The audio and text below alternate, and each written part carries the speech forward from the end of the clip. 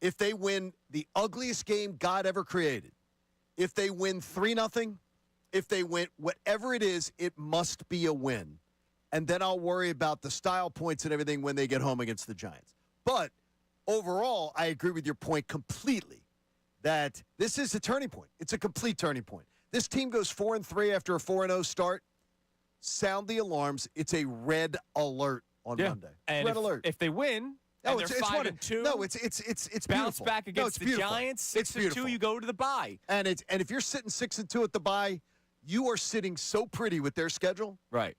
You could honestly, without being too arrogant about it, they could sleepwalk to the playoffs. I mean, you're sleepwalking to the playoffs. I think you're sleepwalking to the division if you're 6-2.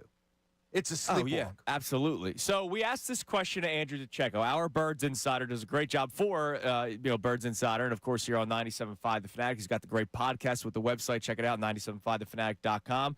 I asked this question for Andrew DeCecco yesterday, and this was his answer. Personally, yes. I think if they win this week, that could serve as a launching pad because then they've all of a sudden gotten their swagger back, which wasn't evident against the Giants. But they have to get back to that. If they're able to win, even if it's not so much convincingly, a win is a win in the NFL. That I think would serve them well moving forward. Now, a loss, you're talking about 3 consecutive losses, and there's probably going to be, there's going to be more questions. And I think a lot of it also has to do with how they lose, right? If it's the offense not answering the bell, then there's going to be more questions. But if the offense, I think, holds up and the defense doesn't, I think you can also look at it and say, well, they're light at edge rusher. There's certain moving parts here that I think you can, I don't want to say pardon it, but you can at least understand it a little bit more. Now, the reason why I wanted to play that earlier is this is a man that's inside the locker room every day. Every day they have availability, he's inside the locker room. He's talking to players on and off the record, right? So for Andrew DeCecco to say this is the tipping point game one way or another, I think that holds a little weight in this conversation. I didn't think he was going to answer that way. And I didn't say it to you before. I knew we were going to get to that conversation with him. I was fascinated to hear the answer because I wondered if he was going to soft pedal a little bit. He did not. Whether he was no. He said it right away. No, yes, he said personally, right away. He said it right away. So I loved that answer because I think it's the only correct answer. Well, and the reason why I say you have to say yes or no, I don't want to hear anybody say, well, if they win, yes, I think it's going to send them back to the Super Bowl. But if they lose, I'm not worried about it. Like, I don't want to hear that. Like, this, could you imagine if they lose 3 straight games? And could you imagine, by all accounts, by all reports, it's to Carson Wentz? No. And how this city would handle that? Did you, I know you do not watch the goings-on in Port Charles and Genoa City, but you've watched shows like, you've tried to watch shows like Sopranos and things like that. When you watch an ongoing drama that goes on many, many years, sometimes the writers write a storyline and they write something and it's a bad storyline for the character. Sure. And the character gets stained with it. Yeah. The writers wrote it and it was terrible and the character gets stained with it and they can't get out of it. A loss to Carson Wentz, no matter how it happens, stains Jalen Hurts. We will hear about that from the Jalen Hurts people that you always say lay in the weeds. There's people in the weeds that are ready to rip apart Jalen Hurts at any point. Here in this city. They are going to be, they'll be up at 5 in the morning on Monday. Oh, yeah. Just waiting, chomping at the bit because that talking point, that's going to be the first one out of the holster. Yeah. They're going to be pulling that one out. So is this the tipping point game one way or another for the Philadelphia Eagles? A win, you think, all right, problem solved. They're going to start winning football games the way that we expect them to. But if they lose, this could be the beginning of the downward spiral, or maybe the downward spiral had already started, but we just realize it more if they lose to Minnesota. You can answer that at 610-632-0975. Now, that's not the only thing we're talking about. No. It is a Football Friday, but it's also the day after the Dave Dombrowski 55-minute press conference. Rob Thompson was there, too. But mainly Dave Dombrowski. And I have to ask this question right off the rip. Oh, my. What the hell did we listen to yesterday? I listened to Middays with Marks. And I heard Middays with Dombrowski. What the hell was I just put through for almost an hour yesterday? I heard a PR hit for the Los Angeles Dodgers out of Dave Dombrowski, talking about how great they are, how good they are, how good the Los Angeles Dodgers are, and that's why they lost. The Phillies lost because the Dodgers are good.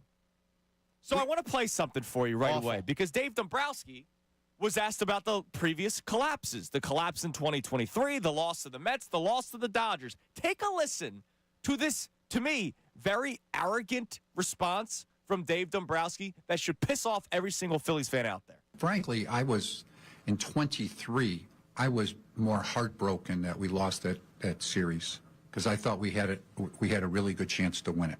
I don't think in 24 the Mets played really well. I thought there was some pitching that we maybe would be able to hit. We did not hit it as convincingly. We struggled. This year, we faced the wrong club.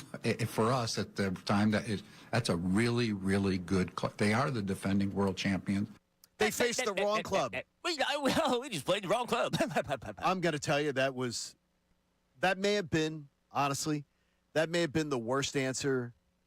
That may have been one of the worst. It's one of the worst answers I've ever heard in my entire career in any press conference. It's cowardly. It's like, yeah, we faced the wrong and then he says something else later on about facing sort of like the wrong team at the wrong time. So in other words, we would have won a series if we played somebody else than the Dodgers, which, by the way, is a bunch of crap because a lot of other teams would have hit better than the Dodgers potentially. And I don't get it. That is such a defeatist. Well, it's loser. defeatist. That is a loser sounding. And there are a lot of people that are agreeing with him. I just need to point it out. Those previous two series that he talked about, they just ran into the wrong club, right? Bats went cold, bullpen imploded. Rob Thompson made some questionable decisions. The same thing happened in 2023 to not the wrong club. The Arizona Diamondbacks, who you were the better team then. Yeah. Last year, the New York Mets, where he straight up says in that clip, they basically did not respect the New York Mets. And you know what? They played it that way. They did. They played as if they didn't respect the New York Mets in 2024, and that's why they lost that series. For Dave Dombrowski to sit there for almost an hour and talk about how they just played the wrong club at the wrong time is not something I want to hear. Because let me tell you something, Dave. The Dodgers aren't going anywhere. The Dodgers will be there next year, too. So are you telling me now you just are crossing your fingers and saying, please, please, please, not the Dodgers. Please, somebody else beat them. You lost to a lesser team in 2023, a lesser team in 2024. And, oh, by the way, you had home field in a 5-game series in 2025. And you also were a betting favorite going into the playoffs to win the World Series. What's this revisionist history crap? So coming up next, clearly I found out yesterday on social media, a lot of you like the idea of running it back. I hate it. I know John hates it. Oh, boy. Hear from Dave Dombrowski next on how little could change this offseason. I'm sure people want to hear that on this Friday morning. It's Kincade and Salciunas, 97.5 The Fanatic.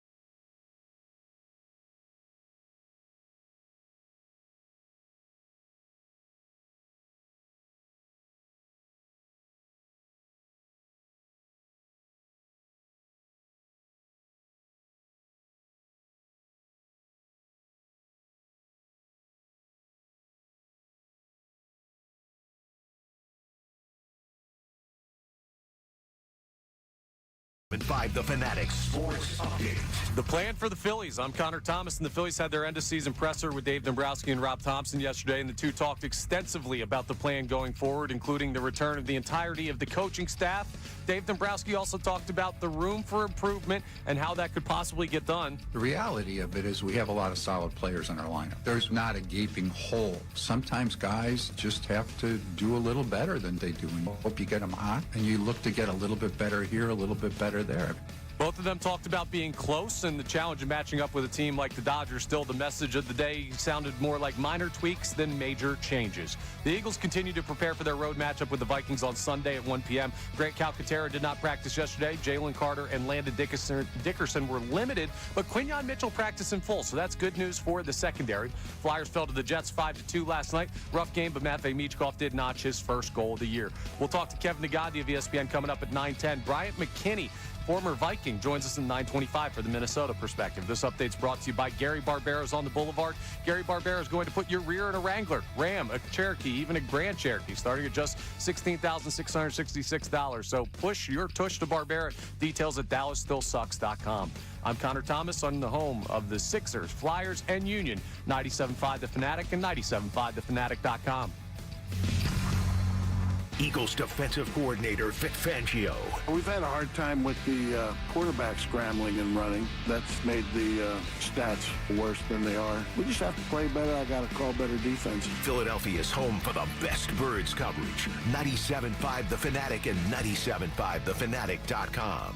Hey everybody, it's Bill Colarulo, and NFL Sunday's coming. You've got your crew, your couch, your snacks, your slate, and FanDuel in partnership with Valley Forge is coming with something extra. This isn't just another NFL Sunday. It's your chance to place that perfect parlay or hit your go-to player prop. And now we're making it even better because this week, FanDuel's bringing the bonus. That's right. Right now, all customers get a 50% profit boost on any NFL bet. However you play your game, FanDuel's got your back with something extra in your account because that's what Sundays should feel like. Visit FanDuel.com/winning. That's FanDuel.com/winning to download the app and get in on the action before kickoff. 21 plus and present in Pennsylvania. Opt-in must apply profit boost token on select market. Prize pool to be split equally among all eligible participants who made the correct first or last TD pick. Bonus issued as non-withdrawable bonus bets which expire 21 days after receipt. Restrictions apply. See terms at sportsbook.fanduel.com. Gambling problem? Call 1-800-GAMBLER. Hey, Mr. C, it's me. Well, I just picked up the ring. I actually went to Hellsberg. Thanks for that recommendation. Kate's gonna love that hers is from the same jeweler you got Mrs. C's ring from. They were so helpful throughout the whole process. They even knew your family by name. And the ring looks great. Anyways, I just couldn't wait to let you guys know. Call me back and wish me luck. Hellsberg, designed with care and craft since 1915. Shop in store or at hellsberg.com. Tired of hearing scary radio ads about the IRS? Tax Relief Advocates is different. TRA is here to tell you that if you owe money to the IRS, whether it's $5,000 or $500,000, we have a solution. TRA can eliminate or reduce what you owe to the IRS with zero risk to you. We have over 1,000 5-star reviews on Google and an A+ with a BBB. End your tax nightmare today by visiting TRA.com or call 800-275-1728. That's 800-275-1728. You could think you found your dream home online. The kitchen island looks perfect for your inner chef. The backyard, a paradise for your green thumb. And that extra room, hello walk-in closet. But here's the twist. The lot next door just got rezoned for years of construction. And this sound, yeah, you're going to be hearing a lot of that. Don't let your dream home turn into a nightmare. Work with the expertise and ethical training of a Realtor, here to guide and help protect you from the surprises you didn't see coming. Realtors are members of the National Association of Realtors, right by you. With other language learning apps, I was just playing games. I wasn't really learning. Babbel's different. Babbel was designed by over 200 language learning experts to be the most effective way to learn another language. Every time I open the app, I can choose to work on my writing, speaking, or listening. And it saves my mistakes for me to review, so I'm constantly improving. Before Babbel, I thought I just wasn't good with languages. But now I'm speaking French. Tout ça, c'est grâce à Babbel. Save up to 50% on your Babbel subscription when you sign up at Babbel.com. BABBEL.com. We finally switched to T-Mobile because with them, we can be connected here and there.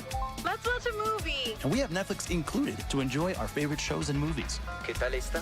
Bacanísima, pero ya la vi. Now the hard part is getting them to agree on a movie. Switch today and get the new Samsung Galaxy S25 Plus with Galaxy AI, all on the best network in the U.S. Visit a store, T-Mobile.com, or call 1-800-T-Mobile. 1-800-T-Mobile. Best mobile network in the U.S. based on analysis by Ookla. Speed test intelligence data 1H 2025. In St. Pete, Clearwater, you can chill by the crystal clear Gulf. And stroll downtown St. Pete's galleries and murals. And hang with the locals at a fishing pier. And escape to secluded white sand beaches. Secluded, huh? Yeah, and they're spectacular. And then grab a sandwich at the grouper capital of the world. And maybe a nightcap at a rooftop bar with sunset views. Okay. In St. Pete, Clearwater, you'll find just what you're looking for. And then some. Your Florida escape begins at visitspc.com. Phillies Sports Tonight. Discussion on the big stories we've been talking about all day. Coming up tonight at 6 on 97.5 The Fanatic and 97.5thefanatic.com. There are no excuses. Kincade and Salciunas is live right now on YouTube. The Fanatic app. 97.5thefanatic.com. Any streaming device and, of course, the radio. Now, back to the show. It's 6:28 here on Kincade and Salciunas, 97.5 The Fanatic on this Football Friday. Also the day after the very disheartening, disappointing. Yeah, that's good. Good words. Press conference. Keep going. Keep going. Yeah, good words. Anger-inducing for some people. More. I felt more somber. I just felt like, are you kidding me? Like this is what we got. I was sitting in my car, there was still like 20 minutes left in the press conference, and I just couldn't get out of my car. It's like I was watching a train wreck. I was just listening to it. There were a couple where I almost drove into the embankment on 76. Had 2 accidents yesterday. So I had to weave through Gladwin and go through some other places. And is it a coincidence that it was during the Dombrowski press conference? Well, no, that was a bigger car crash. Oh, that was actually a bigger car crash. There was actually, Hopefully everybody was okay on 76. All right, Connor, what do we got on the text line? Our Eagles question that we started the show off with: is this the tipping point game for the Philadelphia Eagles, one way or another, win or lose? And then just overall reaction to Dave Dombrowski and Rob Thompson, but Dave Dombrowski's press conference yesterday. We're all Phillies today on the text line so far. Yeah, I figured. We'd love to hear from you on the Eagles, but Chris from Northeast Philly says that is the worst press conference I've ever heard in my life. Blaming all the players, no accountability. I legit was shaking with anger after listening to it. Yeah, I mean, there was a lot of finger pointing. Dude, there was a couple of weird moments yesterday. The Matt Strom thing. Matt Strom. Well, now, Strom started it. He went on social media, and Matt Strom was incorrect. Matt Strom deceived the audience. Yeah, they weren't doing PFPs. They did do PFPs, and members of the media documented that they did PFPs. So Matt Strom may not have done PFPs. Dombrowski made that clear. Well, guess what? He said Matt didn't. He had every right to. Now, to me, there's something where I'll defend Dave Dombrowski. Matt Strom was wrong, and I don't know what he was trying to do. Was he trying to somehow cover for Orion Kirkering? Maybe. Yeah, but by making the coaching staff look bad? Yeah. That's bull crap. That's a bad thing to do. It's another series that ended where somebody's popping off online. It's amazing. All right, what else we got? Eric from Virginia says running it back is currently constructed as the textbook definition of insanity, doing the same thing over and over and expecting different results. Do I know exactly what changes need to be made? No, but I know that changes need to happen. So they're talking about, you heard the clip from Topper, right? He goes, they have confidence in running it back with the main core. They'll tweak some pieces on the edges, right? The roster's been the same since 2023. Yeah, what that's what I'm getting is I'm trying to ask, and I ask you and Connor this, and our audience. What are they basing this confidence on? No idea. Regular season. Yeah, 96 wins. They'll point that out. That means nothing. Again, when you have this payroll should translate to a 90-win club minimum. It's no big hoopla, have a parade, be excited that a team with this payroll spending this kind of money wins 90 games. So it's about the postseason. And this team has continually showed you that their DNA is to wet the bed. Right. Like there's something to not coming up in the playoffs. Their DNA, and so you need to switch things up. You keep doing the same thing. And they're doing it again. I don't get it. Yes, yesterday, one of the most damning clips, and we're going to get to it later on this hour, was the Bryce Harper one, where he's talking about how he might not be that elite player anymore. But he compares him to Freddie Freeman, because Freddie Freeman's numbers this year are down compared to his prime, but better than Harper. Freddie right? Freeman's a two-time World Series champion. Correct. And by the way, the second one was last year. And by the way, the third one might be this year. And Freddie Freeman is a guy who, by the way, literally said, "Oh, big moment. I'll just put the team right on my back." You remember last fall? World Series MVP, yes. You remember like how many? Didn't he have 3 games in a row where he hit a home run in the World Series? Yes, he did. Yes, he did. I mean, stop it. Like context matters. I really don't understand I don't understand it. I just saw our YouTube chat, Go Sixers, saying we need an Eagles win bad, a Birds W bad. You're right, because that we have a smart YouTube channel. Our smart. Eagles topic is this the tipping point game one way or another. So if they lose, the tipping point would mean it's the spiral. But if they win, hopefully that uplifts the team moving forward, but also for the sanity of this city, because it has been a rough 2-week stretch in Philadelphia right now. When you start 4-0, if you go 4-3 and you're the defending Super Bowl champs, and you look bad in 2 of those games, because we don't know how bad they could potentially look if they lost another game. Yeah, it's terrible. By the way, they didn't look great in all the wins. So no, they didn't. Again, when they lost to Denver, as Jeff McClain said to us earlier this week, he said the locker room felt like somebody was shot. It was the first moment where they realized, okay, we're not just going to win because we're more talented, right? Like, there are issues with this team. Let's get this fixed. And then they get just beat down by the Giants on Thursday. Now, I did try giving the positive spin yesterday, John, that maybe the loss was so embarrassing, so humbling. They didn't just get a slice of humble pie. Each player on that team got its own pie.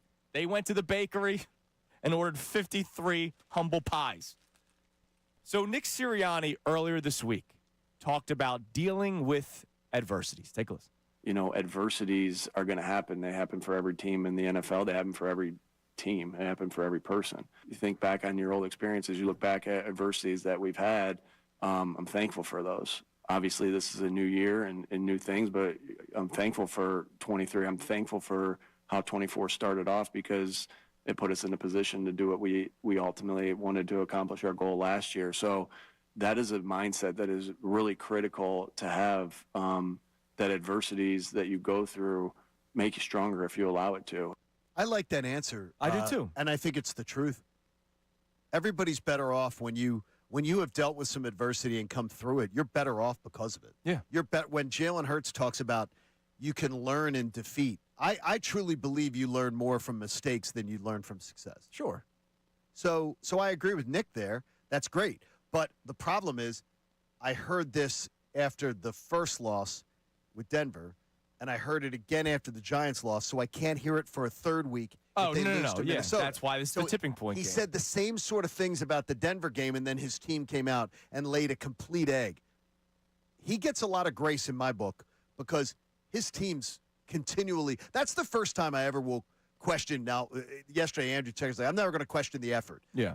My eyeballs are questioning that team in the fourth quarter really looked lost. They didn't look like they really wanted to be there in the Meadowlands. They didn't look good. So I'll question it. It looked like people wanted to get on the bus and go home. So to me, I want to see it. I want to see effort. Look, I'll just say this. When he says, I learned from 23. I think he did too. I do too, but I sure hope that lesson that he learned carries into this year, this week. Because if there's already players talking about how it feels like it's not there yet, it feels like we got to get away from it quick, hopefully he learned enough lessons. Which is why, again. And you trust that he did, right? Yes. Because I do too. I do too. I think still last year. Sirianni's a good leader. Yeah, I do too. But this, again, is why I don't like them ignoring the past. Right? They did that this year. They ignored the fact that they were Super Bowl champions. Stop ignoring. Own it. Both good and bad. Be the bullies. Both good and bad. And take it into Minnesota this weekend. All right, coming up next. More from the beatdown of a press conference yesterday. There was one moment that I thought was actually impactful, even though it wasn't really a happy moment, and it's concern with Bryce Harper. That and more of your text messages on both the Eagles and Phillies here on 97.5 The Fanatic.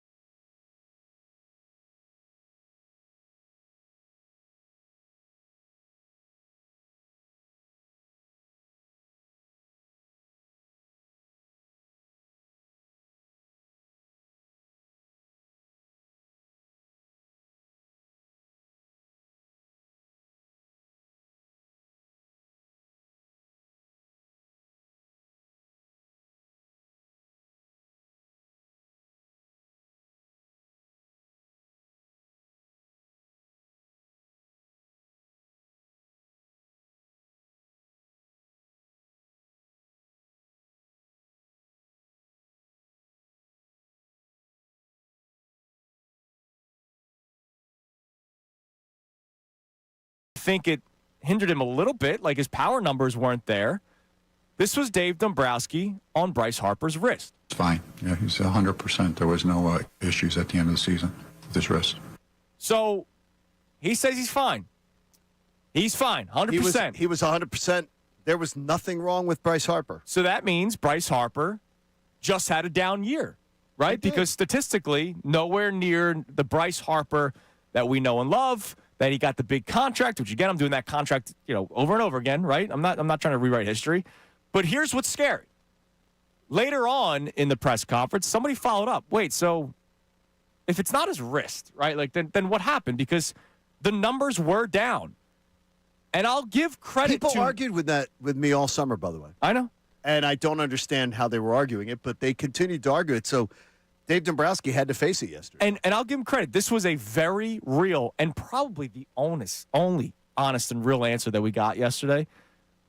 But it should lead to concern. Here is Dave Dombrowski talking about who Bryce Harper is now and moving forward. I mean, in Bryce's case, of course, he's still a quality player. He's still a all-star caliber player. He didn't have an elite season like he has had in the past. And I guess we only find out if he becomes elite or he continues to be good.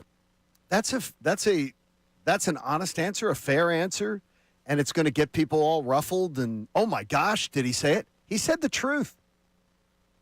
People want to do the, if I hear one more time about Bedlam at the bank. Yeah.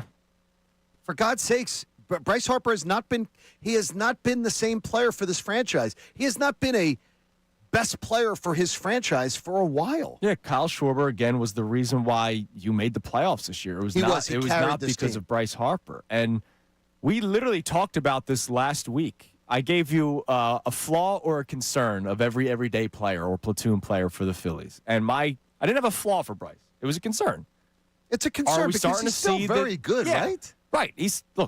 You're going to take 25 to 30 home runs and hopefully around 90 RBI. Remember, he did miss some time, so the numbers obviously took a little bit of a hit there. But again, it's the seeing it, right? Like, I'll give you another year where 10 years from now, we'll look back at those numbers from Bryce Harper and go, wow, it was a pretty good season, because we might forget what happened, right? Okay. A lot of people do that with Carson Wentz in 2019. And what do you know? We're playing Carson Wentz on Sunday. Carson Wentz in 2019 or 2018, the back issue. The back year. The numbers were not bad. If you looked at Carson Wentz's 2018 statistics, you'd go, what was I thinking? He wasn't that bad this year. But if you go back and watch every single game, you realize there was something wrong with Carson Wentz. And if he did not get hurt, you probably still wouldn't have gotten some great performance out of him in the playoffs, because it just wasn't there. Plus, when you set a level, and that's part of the excellence of, and it's to Bryce Harper's credit. Exactly, yeah. When you set a level of expectation as to who you are, and by the way, and how you're paid and everything like that, and you fall below those levels, and it appears to be a trend, and it is a trend. Like, do you ever think you're going to see 2022 Bryce Harper again? 2023? Signs are pointing to no. Yeah, probably not. Yeah, I don't believe. I've said it for a while, and every time I say it, I get looked at like I'm Satan. I don't believe you're ever going to see that again. And this is a guy who, by the way, continually, it seems, has tried to push the organization for more money and an extension. I don't want to give him any more money. I think the contract's an albatross as it is. I mean, he's a declining asset, and he played so young, and his body is so beaten up. I worry about what they're going to get at the end of the contract that he has right now. And so that clip was cut shorter. There was more to it. Dave Dombrowski starts comparing him to other players that are still doing it around that same age, and he mentioned Freddie Freeman. I know we talked about this like 10 minutes ago. Which is unbelievable. But Freddie Freeman, who, yeah, sure, his numbers this year are not what they were 2 years ago, right? Father Time does catch up to you. By the way, 2 years ago, home runs, he had 5 less. RBI, he had 12 less. The big thing was he had 20 less doubles, but he still hit 295, had a 367 on-base percentage. And, oh, by the way, is a 2-time World Series champion and very well could win his 3rd World Series this year. And Freddie Freeman is still a staple in that lineup. And that's like, I understand what he's trying to say, but there's a major difference between Freddie Freeman and Bryce Harper. One guy has 2 of them, rings. Yes. The other guy doesn't. I mean... And the guy won a World Series MVP. I know Bryce was the NLCS MVP for Bedlam at the Bank. I get it. And Harper's the better power hitter. Freddie Freeman better production hitter. Yes. I mean, by the way, Freddie Freeman's game translates still at this age. Absolutely does. And it's going to translate till he gets in the 3,000 hit club. He doesn't have the violent swing that Bryce Harper has. He'll be a 3,000 hit guy when he retires. Yeah. All right, might have coming a up third next, championship. We'll check our text line. Also, we mentioned Wentz a couple times. The Eagles will most likely face him on Sunday. How do you remember him? We'll talk about that next, but we want your insight on that as well. It's 610-632-0975. It's Kincade and Salciunas, 97.5.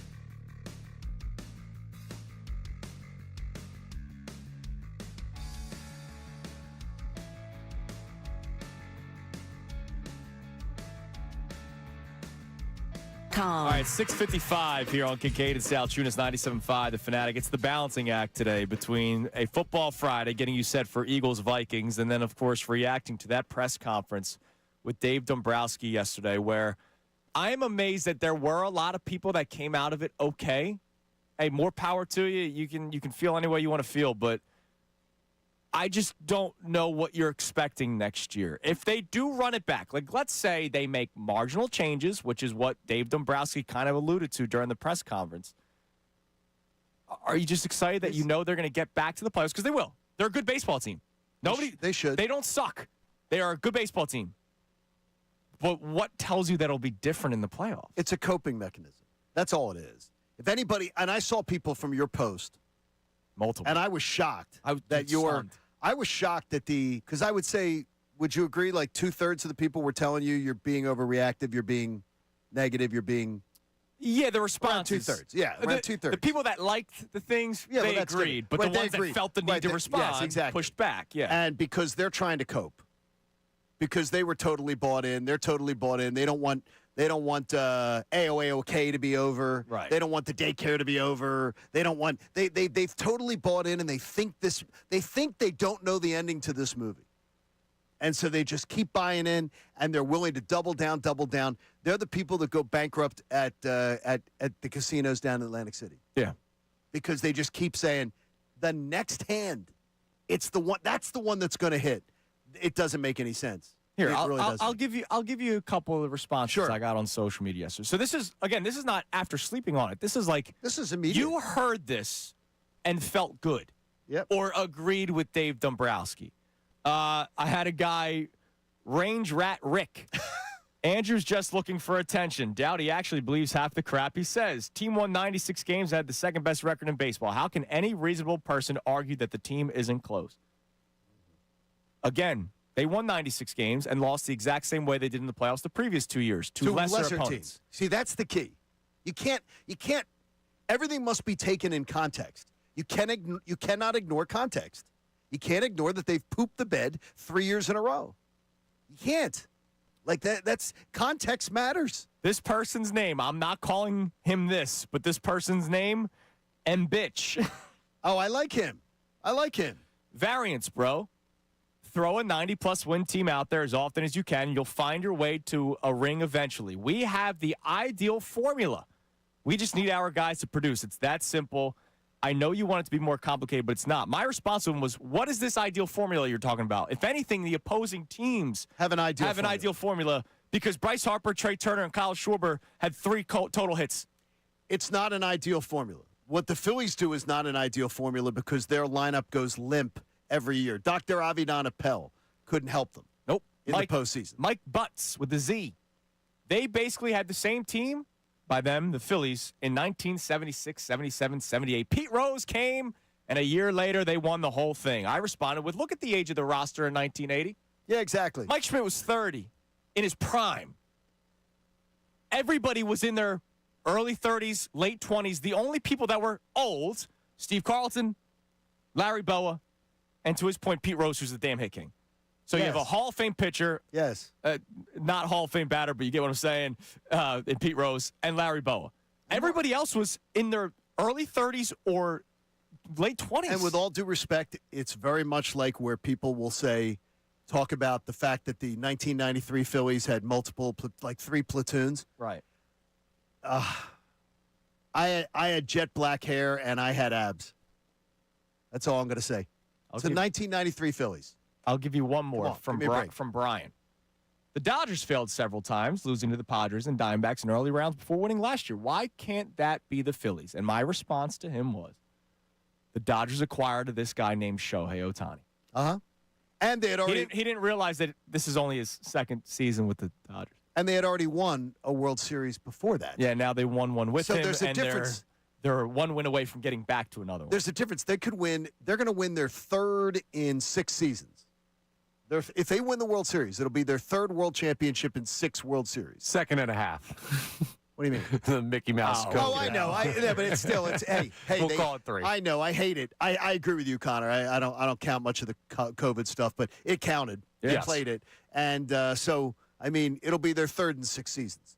Phillies couldn't win it. No, they could not. And I they mean, haven't so- been able to get back Yeah, either. Phillies can't get it done. And the Phillies are going backwards, which is the problem. They're going backwards. They're not going forward. And I don't care about regular season wins. Stop it. Not anymore. No, not anymore. Stop. 5 years ago, yes. Yes. Not anymore. You're listening to 97.5, The Fanatic, WPEN, HD1 Burlington, Philadelphia, Beasley Media Group Station, broadcasting live from the Comcast Business Studio, powering possibilities. Connor, do we have any texts on the Eagles? Yeah, we do. It's a football Friday. Good. Absolutely.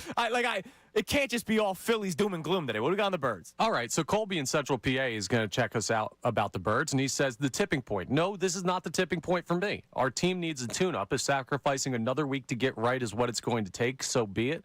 Sometimes it's necessary to go backwards a little bit before you go forward. How much more backwards, though? Because if they lose, again, the question, if you're just tuning in, our question today with the Eagles, I'm curious to see where people come in on this. Is this the tipping point game for the Eagles? Now, a win, tipping point means they're off onto the good direction, right? This is great. They're going to beat the Giants. They're going to go into the bye, and they're going to be good against the Packers after the bye, you name it. But a loss, that's 3 straight losses. There's already whispers of 2023 inside the locker room, not just here on the radio, but inside the Absolutely. locker room. Could this be a part of a spiral? Now, I like that Colby thinks no, but when he says sometimes you need to go backwards, to me, that's the Denver and Giants games, not a 3rd straight loss. Yeah, not a third. No, not a third. The Denver and the Giants games is enough. It's enough. And the Giants game is so egregious. That was so terrible. That was horrible. And so I mean, hopefully humble pie helps them. And by the way, there were enough, and I know that yesterday, because I went back and was listening to when Andrew Tcheka was with us, and he's like, well, I don't want to comment on effort.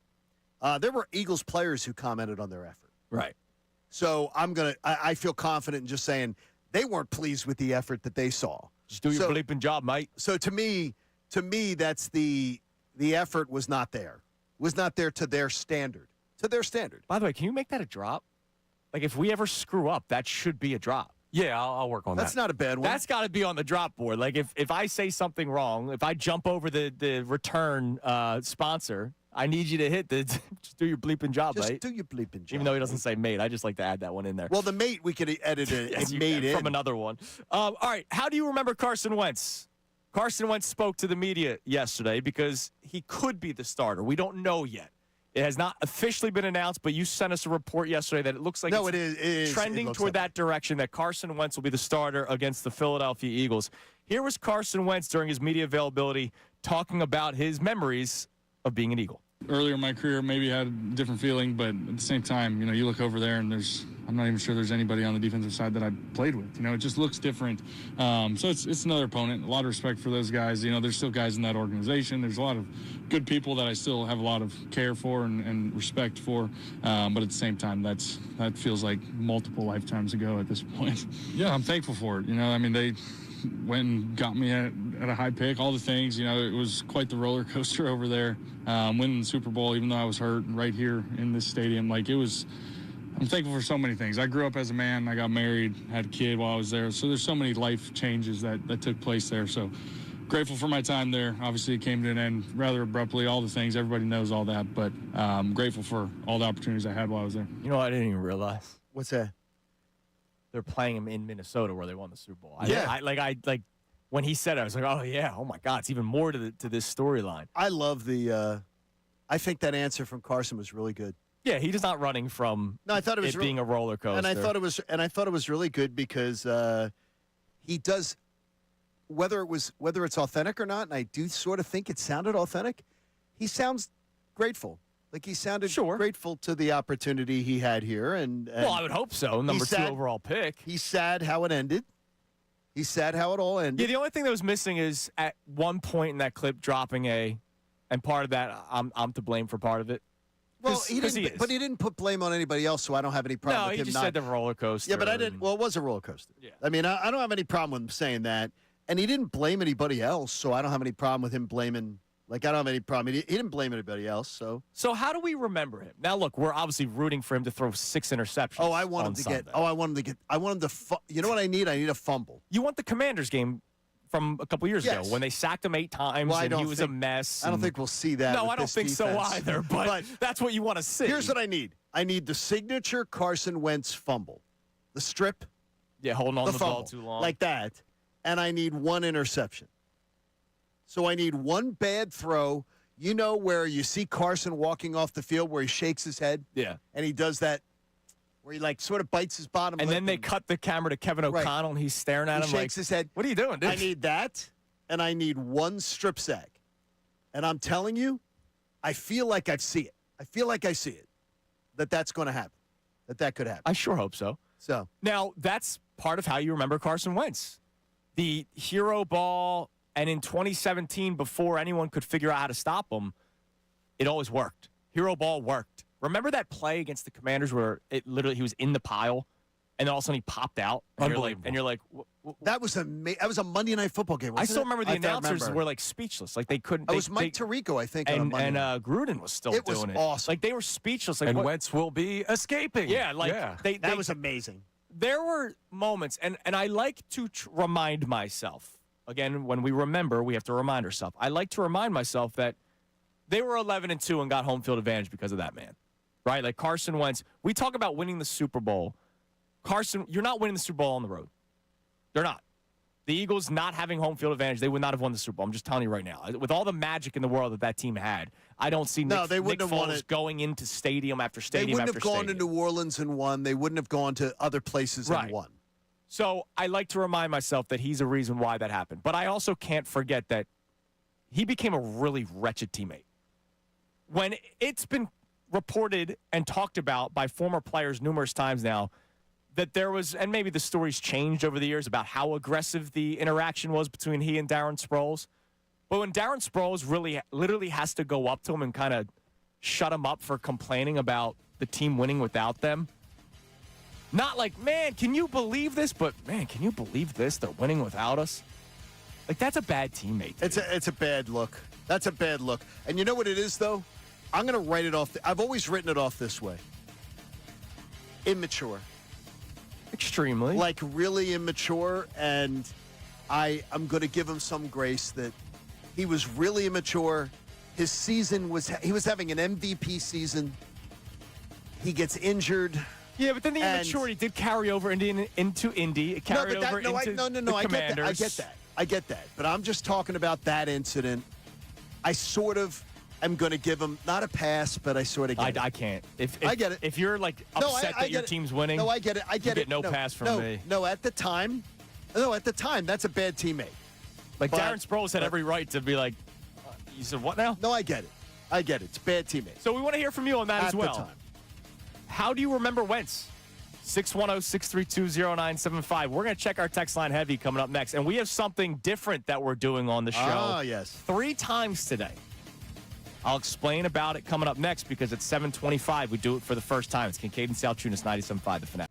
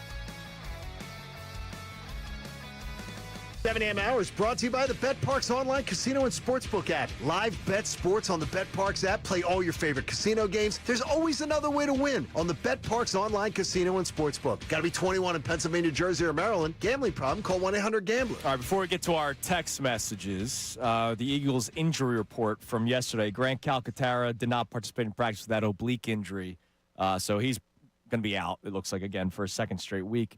Jalen Carter limited, but he did say he's playing. He's playing. He said to the media, I'm playing on Sunday. I think that was just a maintenance thing. Sure. Like they're just saying, because he was a full participant the day before. Yeah. So I think it's just a maintenance thing. They're just making sure he's okay. Now, Landon Dickerson was limited.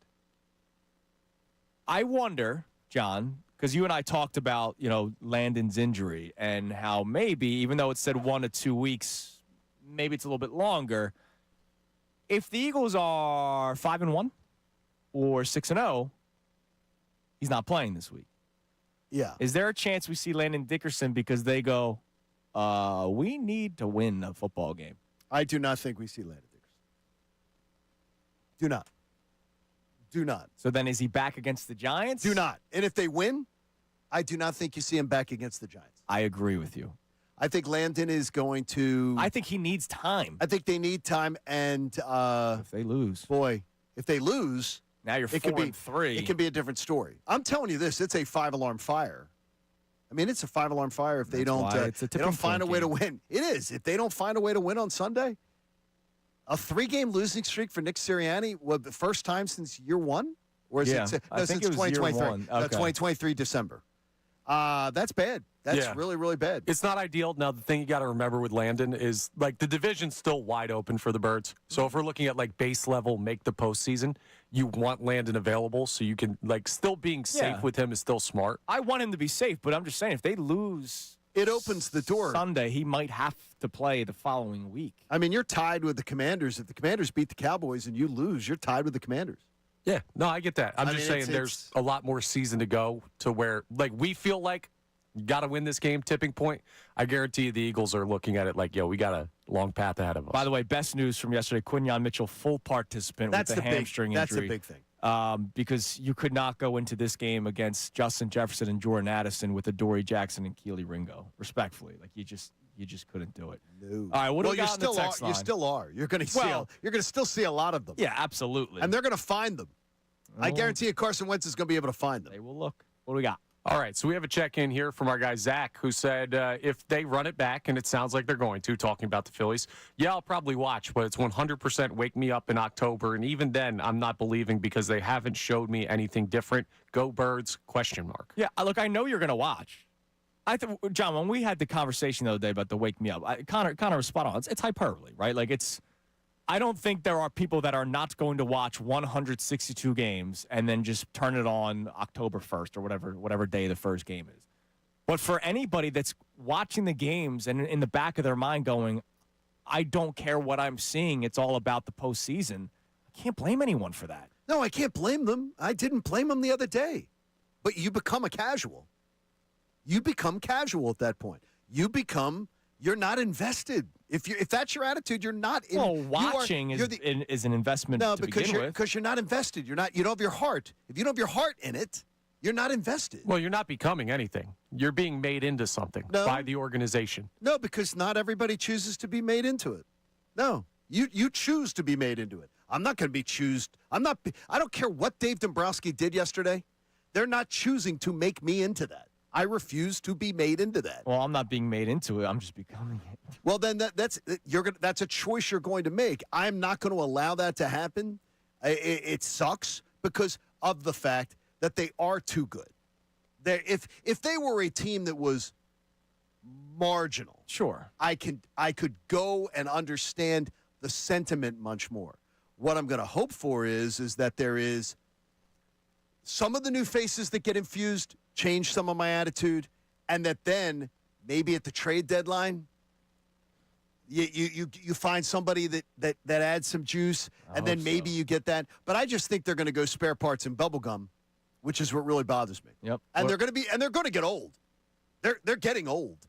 Yeah. I mean, they're going to get older, which is a disaster. Because I'm telling you right now, for Cooper Salciunas, I thought about Cooper yesterday. He's going to watch Bryce Harper when he's 10 He's going to watch the crappiest Phillies lineup. He's going to watch a dead zone in Phillies baseball. Because if they go out and they bring back Schwarber and they bring back Real Muto and they do this, this organization is heading to a cliff. And it's going to be a cliff. There could be a year where they get to a World Series, but it's going to be a cliff. And get ready for it.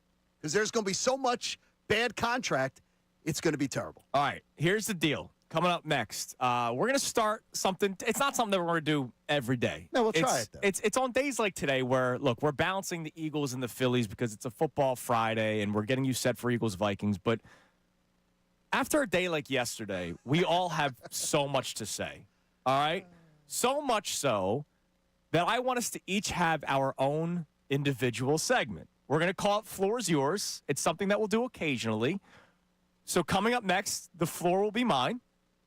At 8:25, the floor will be John's. At 8:55, the floor will be Connor's. It's like the talking bat or the talking pillow.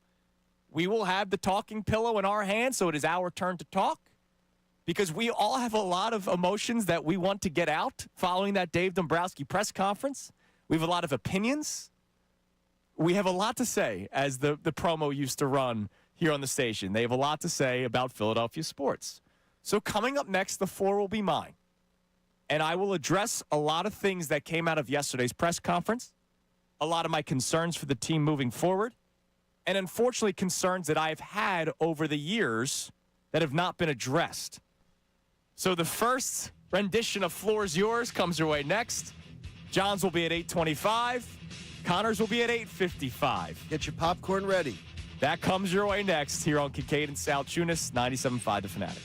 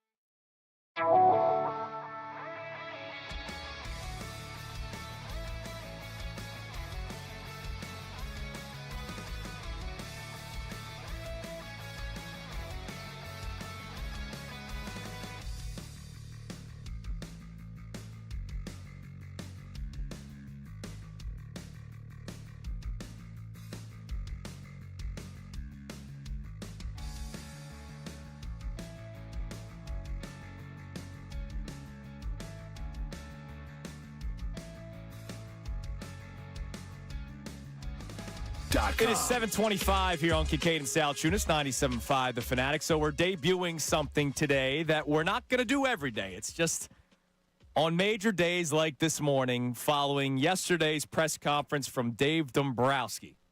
Even though it is a football Friday, brought to us by Norristown Chrysler Dodge Jeep Ram, driving to great deals at the fall sales event at Norristown Chrysler Dodge Jeep Ram, and get wicked good deals all month long on a Chrysler Dodge Jeep Ram. Visit NorristownChryslerDodge.com.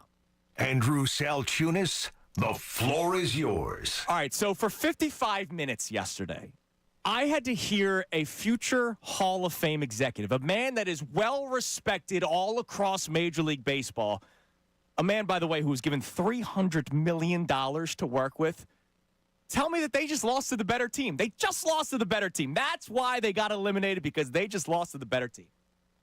The better team that you blew a game one against because your bats went cold, your bullpen imploded, and because of bad managerial decisions. The better team that tried to literally gift wrap you game two. They said, here, take this. Blake Trinan's on the mound. We want you to win this game. We want it to be 1-1 going back to L.A. Until the bunt heard round the world that shocked everyone who follows baseball. That better team who walked off the series, and I say that lightly, walked off the series thanks to an error in the bottom of the 11th inning. That error, by the way, was made by a pitcher who during the entire season could not handle himself well in high-pressure situations. Now, so far, this segment, if you're not listening closely enough, right, you just have us on and background noise, you might be thinking that this is a rerun show from 2023 or 2024. Bats went cold, bullpen imploded, bad managerial decisions, and the big names on your roster failed to come through. But don't worry, for 55 minutes yesterday, I heard a PR interview for the Los Angeles Dodgers. This year, we faced the wrong club. For us at the time, that's a really, really good club. They are the defending world champions. That was like 55 minutes yesterday, a PR hit for the Dodgers. Thanks, Dave. So during the time he did talk about the team, our team, the Philadelphia Phillies, who we love and go to bat for every single day, I agreed with very little, was outraged by most, and at times was downright depressed. First, I want to talk about how the president of baseball operations insulted my baseball intelligence. When he was asked about Bryson Stott and whether or not he was an everyday player, this was his answer. I think it's almost a misnomer when you say somebody's an everyday player nowadays. When you look around Major League Baseball, it's a 162-game grueling schedule, really, when you start traveling and start doing everything. And so there are very few players that play just every single day unless you're stars. And I mean, Stott sometimes played versus lefties and sometimes not, but he's a really good player, all-around player. And that answer offended me. It should have offended every Phillies fan listening and every reporter in that room. Somehow Dave Dombrowski is the only person in the world who takes the term everyday player literally. Yes, Dave, we know the season is long. We know the season can be grueling. But when somebody wants to know if a guy's an everyday player, we want to know whether or not on a given day that player can win you a game. Whether it's a lefty on the mound or a righty on the mound. Whether a lefty comes in to pitch in the 7th inning, doesn't matter. We want to know if this guy every day can help you win. For 4 years now, Bryson Stott has become a platoon player. Now, before yesterday, there have been 3 press conferences that offended or insulted my intelligence.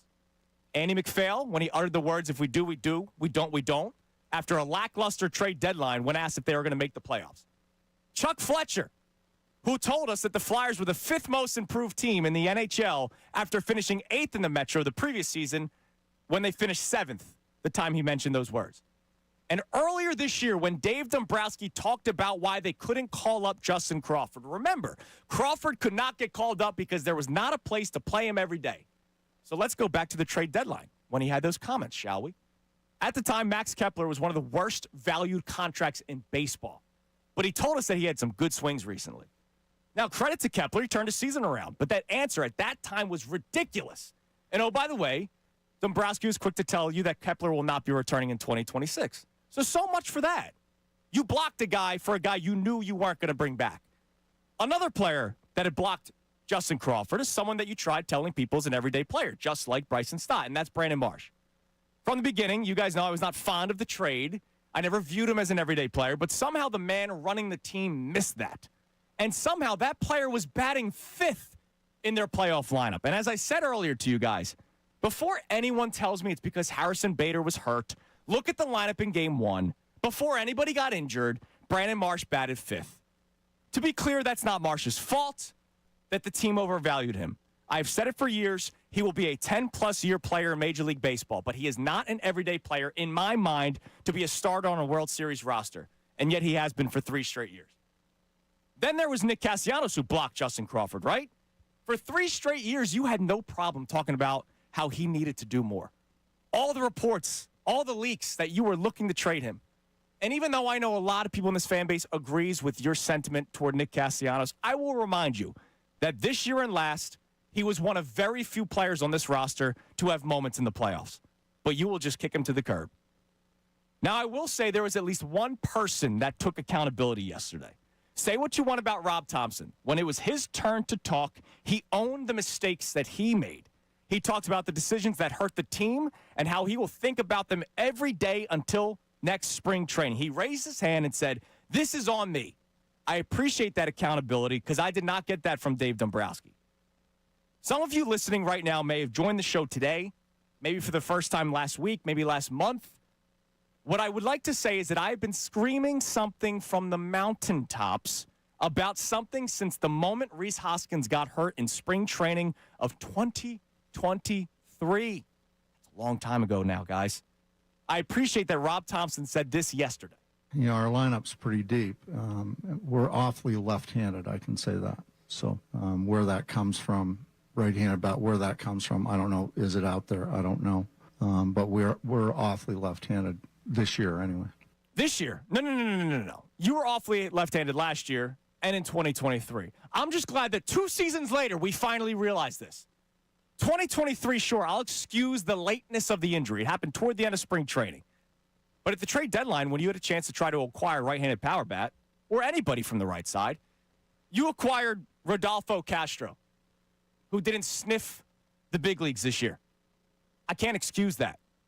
Then you had the offseason going into 2024 when you knew you were not bringing him back. You knew that Bryce Harper was going to be your first baseman moving forward, so you needed to find somebody from the right side.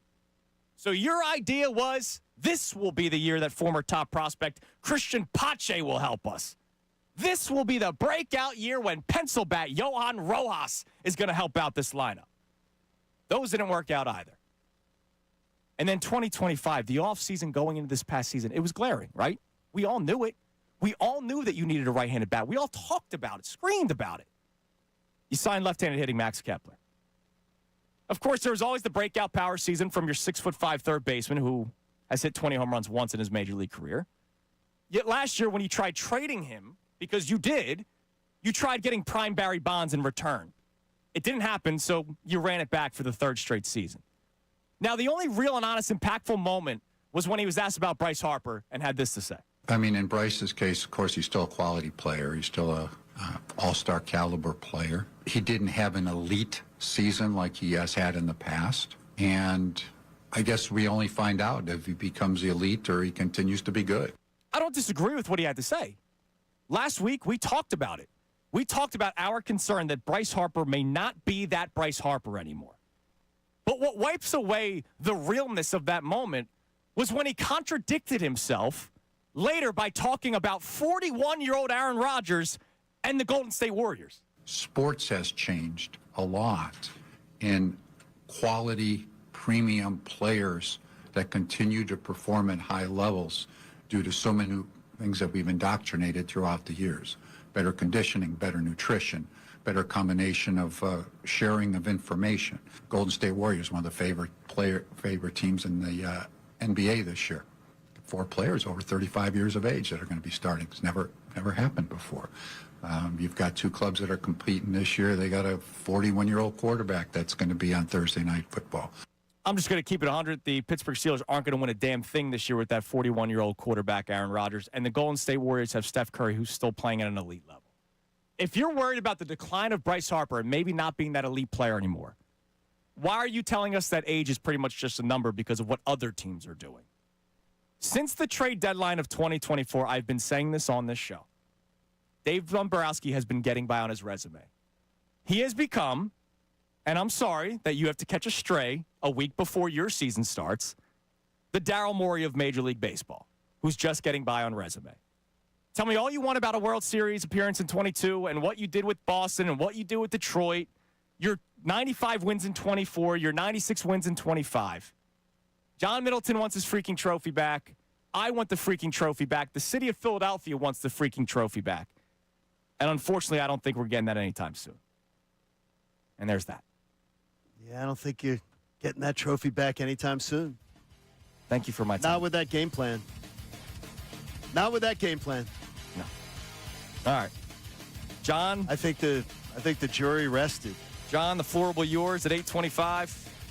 Connor, the talking pillow that John's sitting on right now, you're going to have to hold it during your segment. I don't want it if he's sitting on it. That comes your way at 8:55.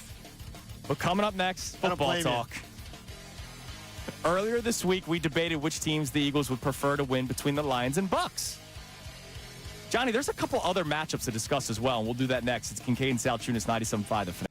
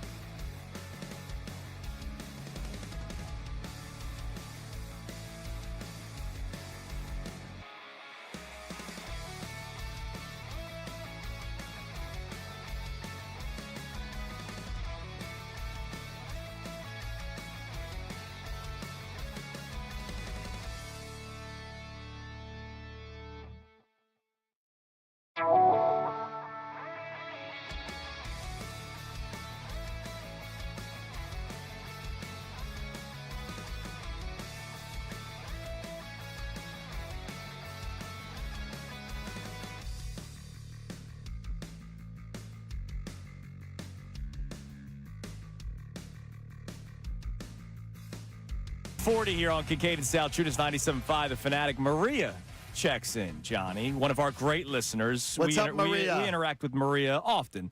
I'm guessing she's a teacher. I don't know what she does, but we have a lot of teachers. Yes, we do. We found that out on post-show headlines. We find that out a lot. And a lot of questions about how we would act in school and stuff. It's actually pretty fun. I love post-show headlines because it's our chance to kind of, do something different. But Maria posts a photo of what looks like her classroom.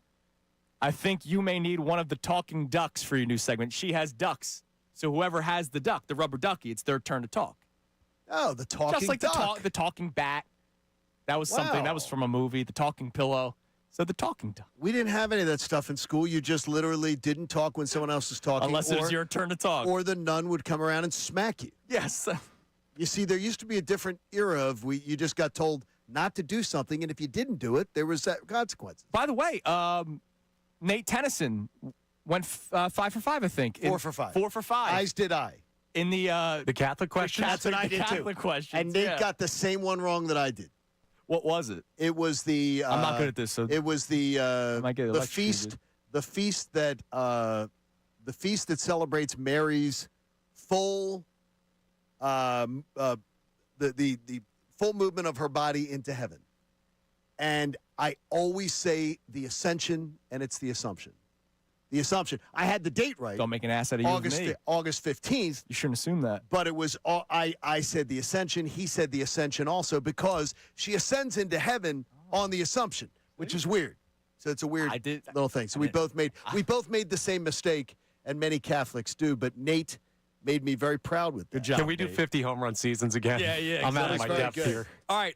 So earlier this week, we talked about Lions-Bucks and how this game. Look, and we were split.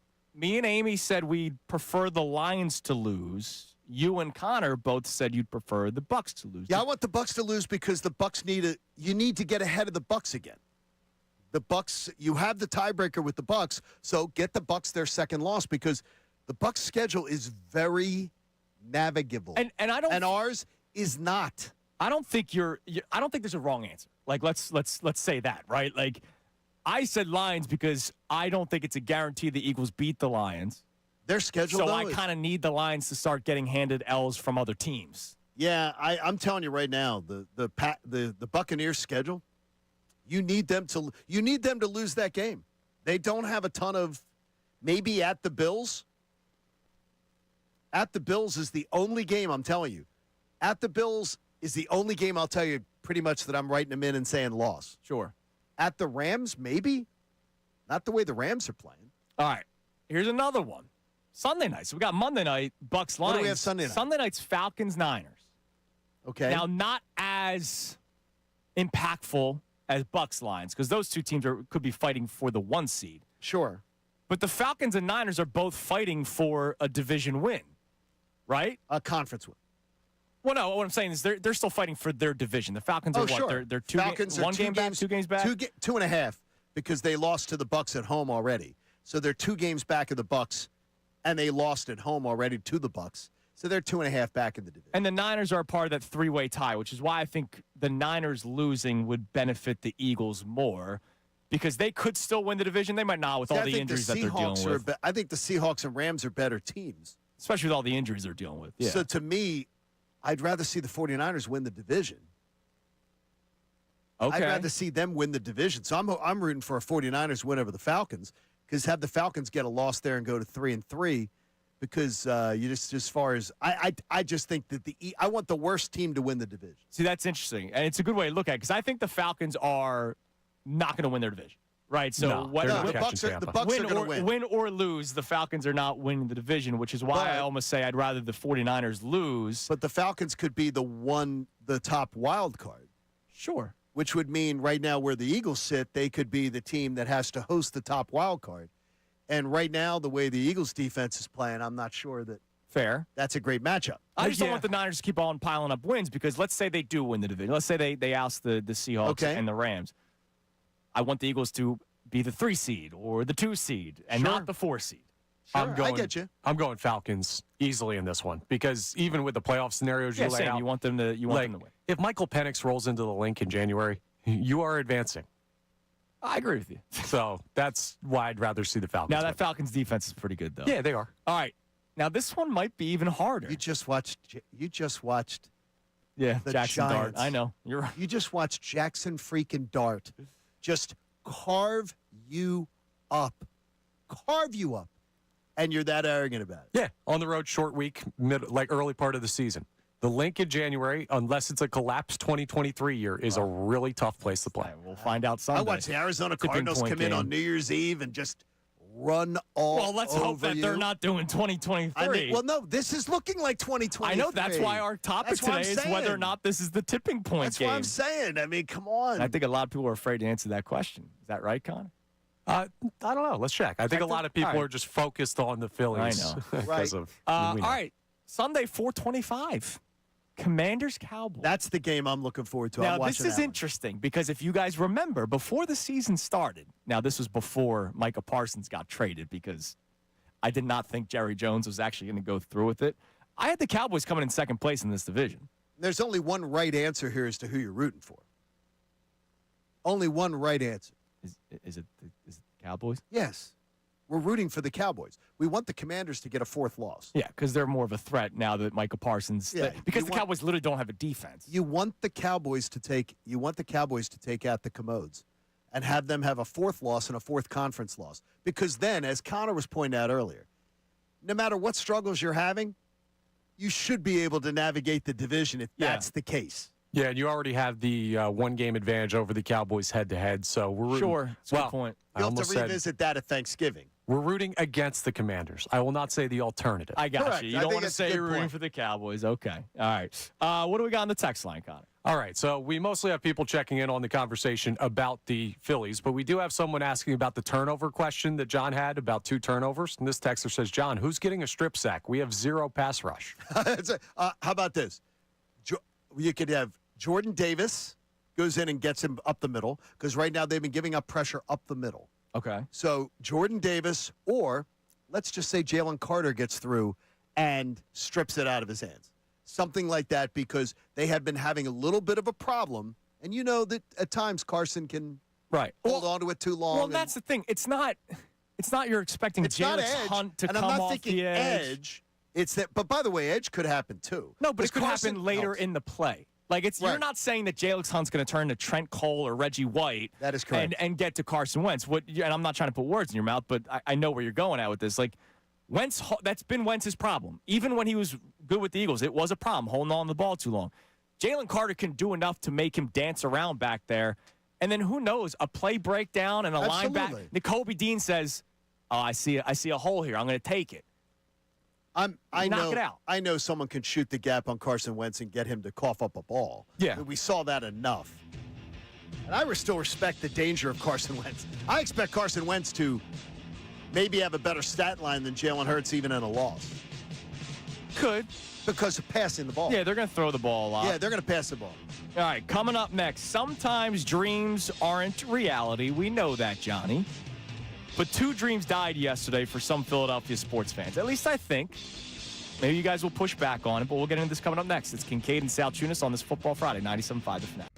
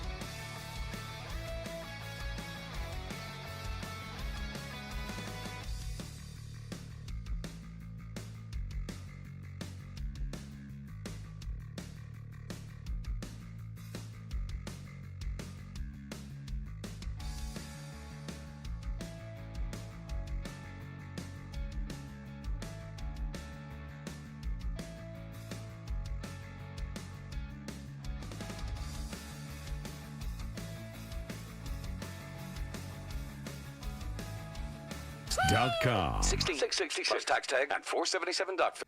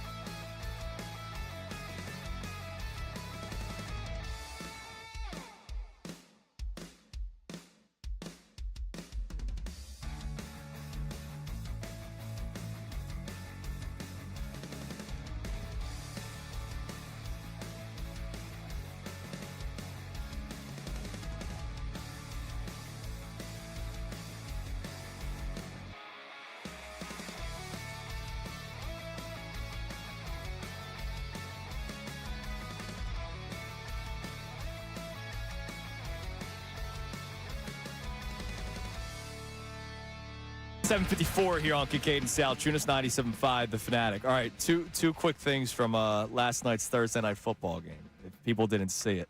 Number one. Very entertaining, by the way. Oh, it was a great game. By the way, Thursday Night Football has not been terrible. No, except been us as Eagle fans hated it last week. Yeah, how about Joe Flacco putting up 33 points?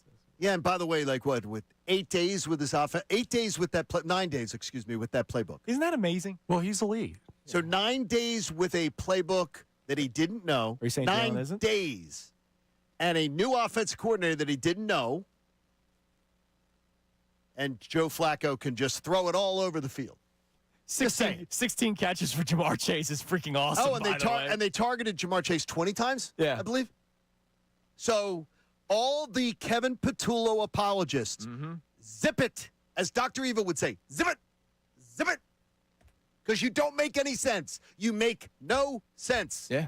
He was targeted 23 times, by the way. Are you kidding me? That's unbelievable. No, he did not. Yeah. Are you serious? Oh, yeah. That's what my 23 fantasy targets. team says. Oh, my gosh. Oh, by the my way, God. I thought both of you had him, and I was thinking fondly of it, but I didn't text you because I was worried if you were sleeping. No, I wish I had him. That's great. So two things. One, in the third quarter, cornerback for the Bengals, DJ Turner, was on the ground holding his ankle with an injury.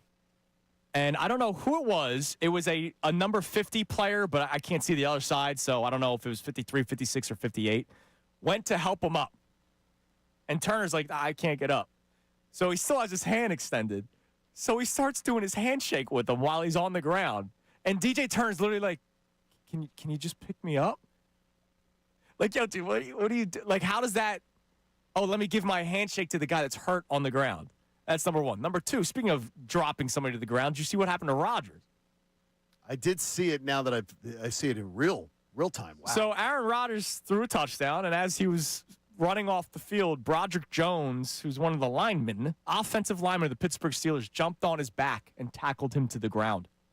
And Rodgers got up and wanted to beat the crap out of this dude. Now, I don't think Rodgers would win this fight. No, he'd be broken in half. Yes, but I don't blame him for being mad because he could have broken him in half. No, he could have. And this then guy's 300 pounds jumping on his back. And then all the Botox would have been like just pouring out. Would have been like a toxic waste dump. If he broke him in half. Oh, what a weird team. Oh my man. gosh, all the biotoxins that would have been pouring out at that scene. My gosh, I got to tell you though, there's nothing better to me. There's no athlete I think I enjoy seeing face adversity and lose more than Aaron Rodgers. You hate watch. Because I respect it. Because he is such a he's not a good teammate. He's not a good teammate. He never truly has been. Sure. And I love watching when he loses. Oh gosh, I respect your hate watching. The faces are hilarious. All right, you're listening to 97.5 The Fanatic, WPEN HD1 Burlington, Philadelphia, Beasley Media Group Station, broadcasting live from the Comcast Business Studio, powering possibilities as we balance Phillies and Eagles on this football Friday. Phillies obviously the press conference yesterday. So John, I believe two dreams died yesterday. Two dreams died. Yeah, one was more of a pipe dream.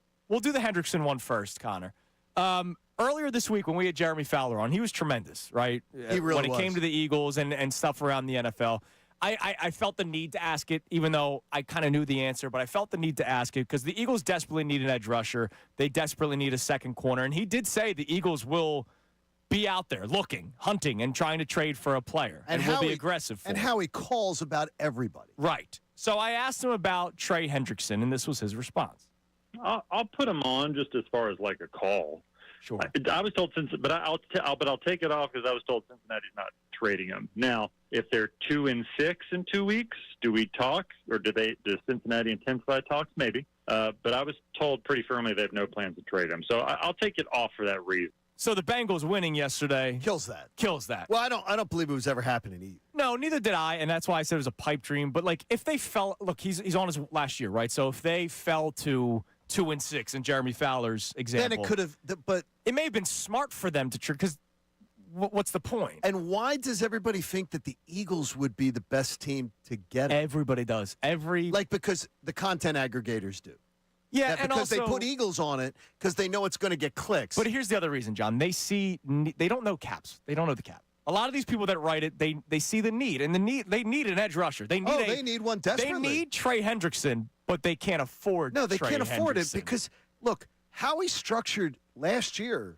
They've been planning this for 2 years.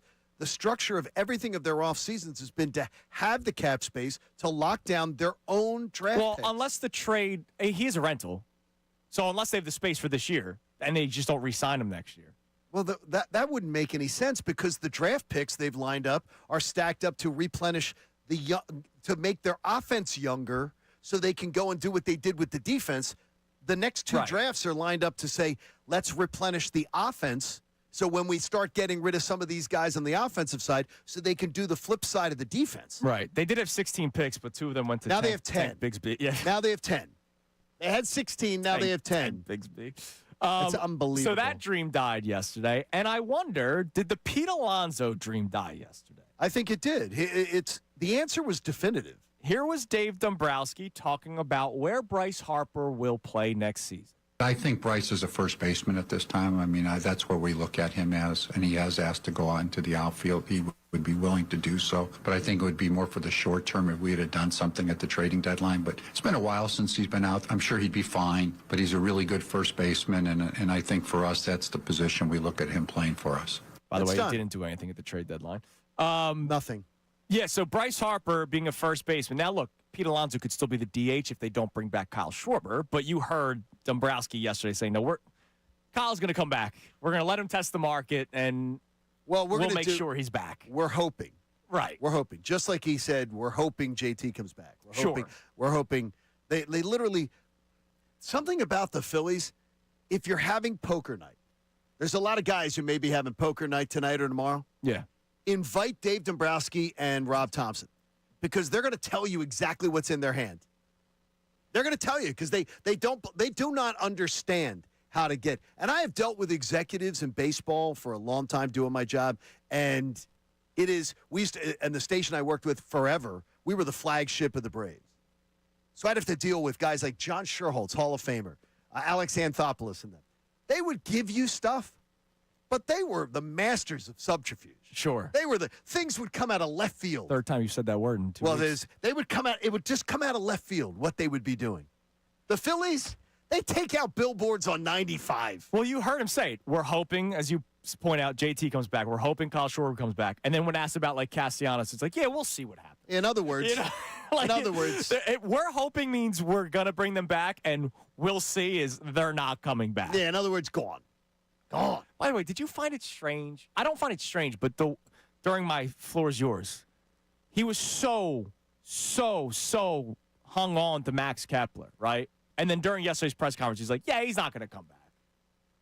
Justin Crawford's going to have his job. And it's like, well, if you're so certain now, what was 3 months ago? Well, that was an in-the-moment for the season thing. I don't think at any point, once Kepler had the start to the season that he did, like the first half, that they were looking at him past this year. They might not have at all. It might have been a one-year No, I know, Band-Aid. but what I'm saying is at the time, like, go back and listen to the post-trade deadline press conference with Dave Dombrowski, and he was like, yeah, Justin Crawford's ready right now.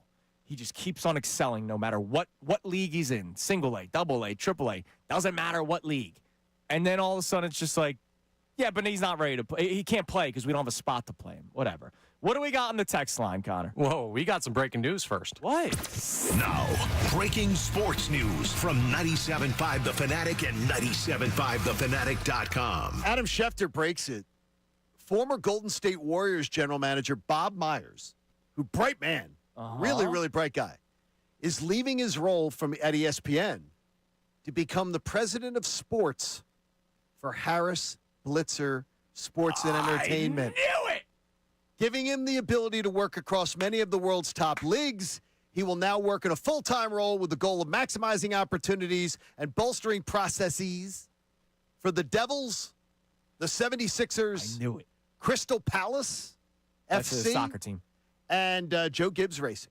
I knew it. And he will also support Josh Harris, the managing partner of the Washington Commanders. Well, I love this move. Don't like it. Love it. No, love it. So I know he's leaving ESPN, but he's already been with the Commanders. He had him on as some sort of. He was a consultant. That way he could still get paid.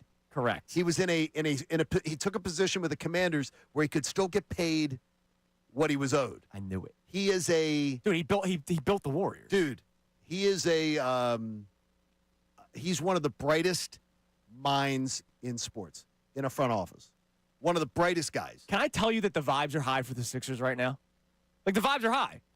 Right now. Relatively, yes. It could crash and burn in 10 days. Like, they could, and B could get hurt in the opener, and it could crash and burn, right? But the vibes are high right now. Like, that is, I thought that would happen. I'm really glad that it happened. Now, I'll be honest, I thought it was going to be parting ways with Daryl Morey and he taking the job of president of basketball operations. What it means is Daryl Morey has a boss. Well, yes. And a good boss. A great boss. No, a great boss. Yes. A great boss. It's Scott Masteller, right? This is a great boss to have. This is a guy who absolutely knows what he's doing. I love this move. And I'll tell you this, you asked me what moves the needle for me, like for Sixers season and things like that, and for Sixers going forward. This moves the needle. This is a bright, bright man. Yes. And one of the best executives in sports is Bob Myers. And now he's going to be overseeing the Sixers. Yeah. That, to me, is brilliant. That is huge I love news. it. That's huge news. This guy, the reason why the Warriors are the Warriors is because of Bob Myers. And, obviously, the players on the court. And he oversaw them making the move to San Francisco when they moved from Oakland to San Francisco and the building of their new arena, which I'm sure is going to be part of his purveyance. He's a bright, bright man. and so respected across the NBA. And look, if you're Josh Harris, right?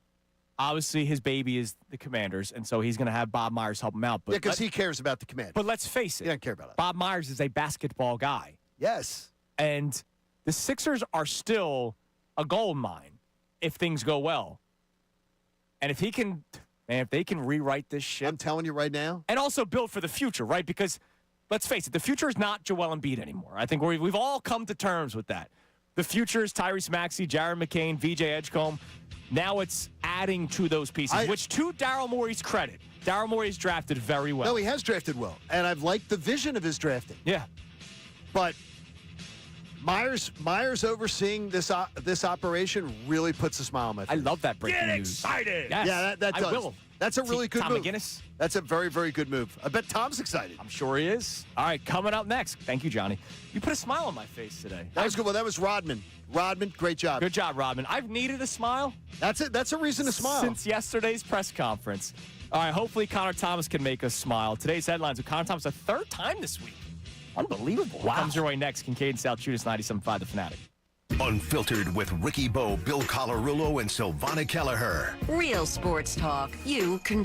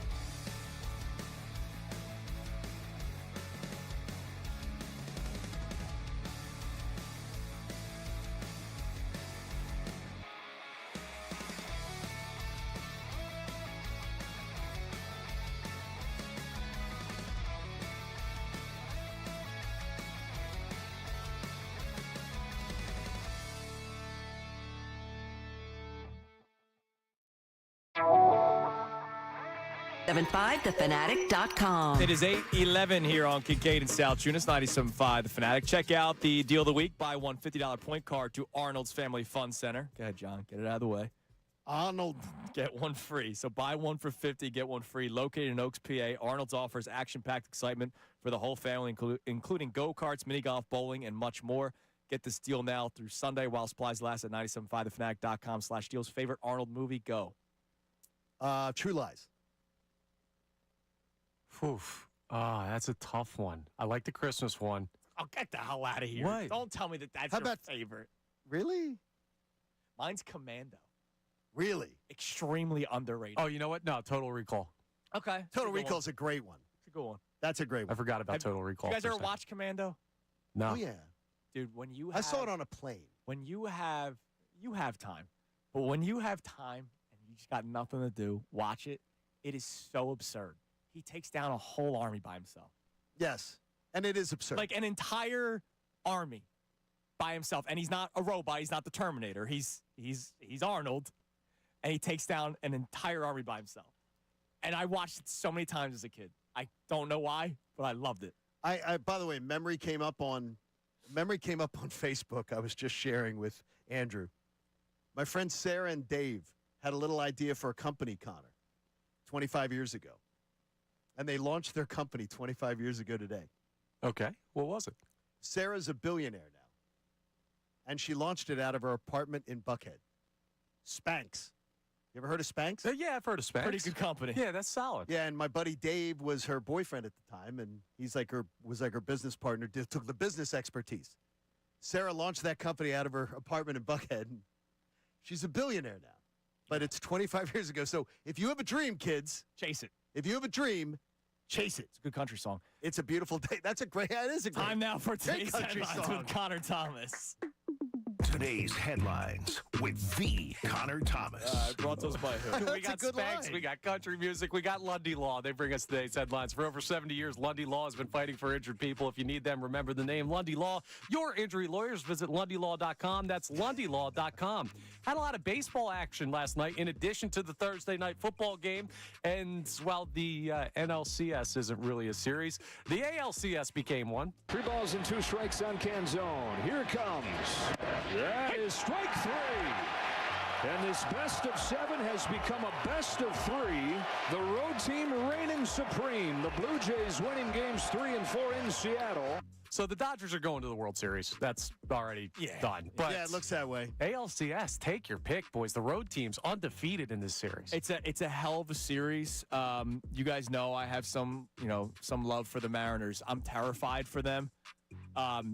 The fact that they were up 2-0, stealing 2 wins in Toronto, and had all the momentum in the world, and go up 2-0 in the game in Game 3. Right off the bat. Julio Rodriguez, 2-run shot. That place, that building, rocking.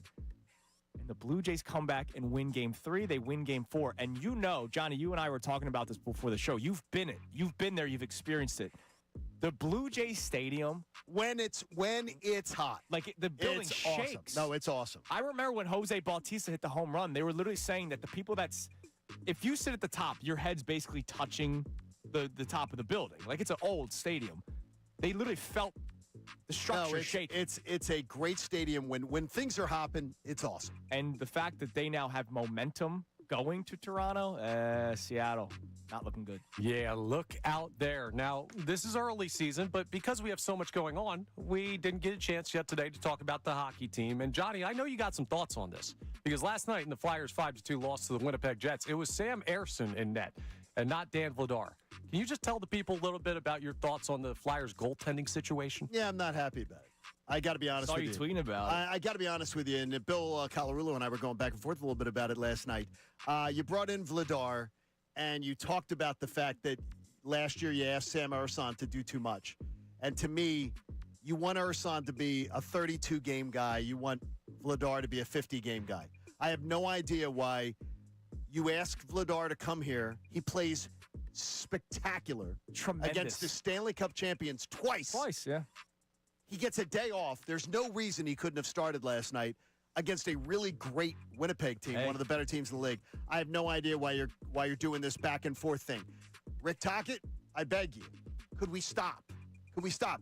Let's have a number one goalie. Let's get a number one goalie in here and give Vladar a chance to show that he earns it or not. But I already know what Sam Ersson is. Know what he is. Yeah. He's a 30-some game guy, and he's good at it. Yeah, he actually played over his head last year. He did. He did. He kept them in it for a while. Time, yeah. But when the wheels come off, the wheels come off. There's no reason to be making this like a competition right now. Let Vladar have his chance to show what he can do. Nice to see Matt Vey get the biscuit. I love that finally. Into the twine. He had quite a few biscuits this offseason. He had quite a few biscuits. He had some of those Roy Rogers biscuits, I think. They were delicious. By the way, the Roy Rogers biscuits were delicious. It's unbelievable. We'll round out with our replay. Is this the tipping point game, one way or another, for the Philadelphia Eagles? See, I hate that my answer is yes. I do, because in week 7 of an 18-week NFL schedule, it's hard for me to look at it and say, okay, tipping point for a team. But the biggest part of the season is not weeks 15, 16, 17, 18. No, it's weeks 10 and 11 against Green Bay and Detroit. And if you don't figure this out before the bye week, you're not heading into the biggest 2 games of your regular season schedule with any type of confidence. That's why it has to be the tipping point. They have to figure it out against Minnesota, and a secondary tipping point will be the Giants next week. But if you don't figure it out right now, like, we're not going to gain confidence from them beating the Giants at home. We're going to head into Green Bay and Detroit post-bye saying, what the hell is this football team? And those are the 2 biggest games that remain of the year. When you get past Green Bay and Detroit, honestly, the schedule's incredibly you can navigate that easy. Not easy, but you can navigate it. So you need to be prepared for those 2 games. You need some momentum, Connor. You're right. It's the tipping point, boys. It is. So let's hope we tip in the right direction. We're all in agreement on the tipping point. Like, none of us are shying away from that at all. Which rare that you get us all on the same page or something. That's how you know. We are totally. But we'll get pushed. We've already, a couple texters have disagreed. Like saying what? Well, no, I mean, we had Colby. I get it. Yeah, but like it's the idea of like we got plenty of time. It's plenty of time. No, it's not. No, clock's ticking, man. No, like sands through the hourglass, baby. By the way, Philly Eagles 215 asks a question that I think we've been asking for like 5-6 years now. What's that? On the YouTube chat. So what does Elton Brand do? Well, I don't know that you need it. Wow. And he was gonna be the next. Even when Daryl Morey came in, some team's gonna scoop him up. Uh-huh. That never happened. Okay. All right, coming up next, I did my floor is yours at 7:25. John Kincade next. Floor is yours. Looking at the floor, it's pretty clean. That's good news. You're on the Fanatic. Now on 97.5 The Fanatic Sports Update. The end-of-season message. I'm Connor Thomas, and the Phillies had their end-of-season press conference with Dave Dombrowski and Rob Thompson yesterday, and the 2 talked extensively about the plan going forward, including the return of the entirety of the Major League coaching staff, which was a bit of a surprise. Dave Dombrowski also talked about the room for improvement with the players and how that should get done. The reality of it is we have a lot of solid players in our lineup. There's not a gaping hole. Sometimes guys just have to do a little better than they do, and hope you get them hot, and you look to get a little bit better here, a little bit better there. Both Dombrowski and Thompson talked about being close. They talked about the challenge of matching up with a team like the Dodgers. Still, the message of the day sounded a lot more like minor tweaks, not major changes to the roster and the organizational structure. The Eagles continue to prepare for their road matchup with the Vikings on Sunday at 1 p.m. Greg Calcaterra out of practice again yesterday, but Jalen Carter and Landon Dickerson were limited, and Quinyon Mitchell was a full participant, so that's good news for the secondary. Flyers fell to the Jets 5-2 last night. Matt Michkov did get his first goal of the year. Sixers take on the Timberwolves in preseason action tonight at 7. You can hear that game live here on The Fanatic. We'll talk to Kevin Nagandi of ESPN at 9:10. Former Viking Bryant McKinney joins the show at 9:25. This update's brought to you by Groundworks, your trained and certified experts for basement waterproofing and foundation repair since 1997. Book your free inspection at groundworks.com. I'm Connor Thomas for the home of the Sixers, Flyers, and Union, 97.5 The Fanatic and 97.5thefanatic.com.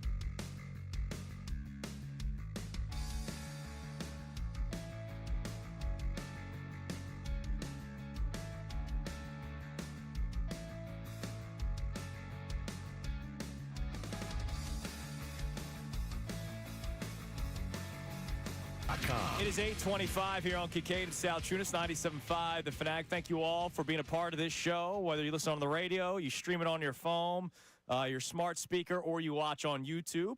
And please hit like and subscribe on our YouTube feed as well. The glasses are off, everybody. The glasses are off. It's a Football Friday, and it's brought to you by Norristown Chrysler Dodge Jeep Ram. Driving a great deals at the fall sales event at Norristown Chrysler Dodge Jeep Ram, and get wicked good deals all month long on a Chrysler Dodge Jeep or Ram.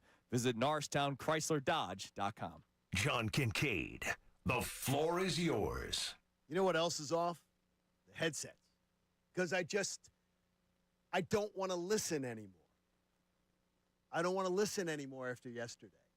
Now, Middays with Marks has become a must-listen to me. But yesterday, it was enough to make me drive into a guardrail. It was horrendous. Because Dave Dombrowski, hijacked the show. I wasn't getting to hear the Property Brothers, John Marks, and going at it with Ray Dunn and having some great conversation. I heard a poorly constructed excuse-making campaign for a 96-win baseball team. Did you hear that yesterday? The Phillies won 96 games. In case you hadn't heard it, 25 freaking times in the matter of a press conference. So one thing we thought, Rob Thompson's coming back. So, of course, Rob's not getting blamed, so somebody's got to get blamed, right? Somebody's to blame for them not being prepared, not being ready and everything. Well, so the coaching staff's got to get changed, right? Wrong. No, everybody's back. Everybody's doing a great job. Annual reviews are in, and you're all coming back. Makes no sense to me.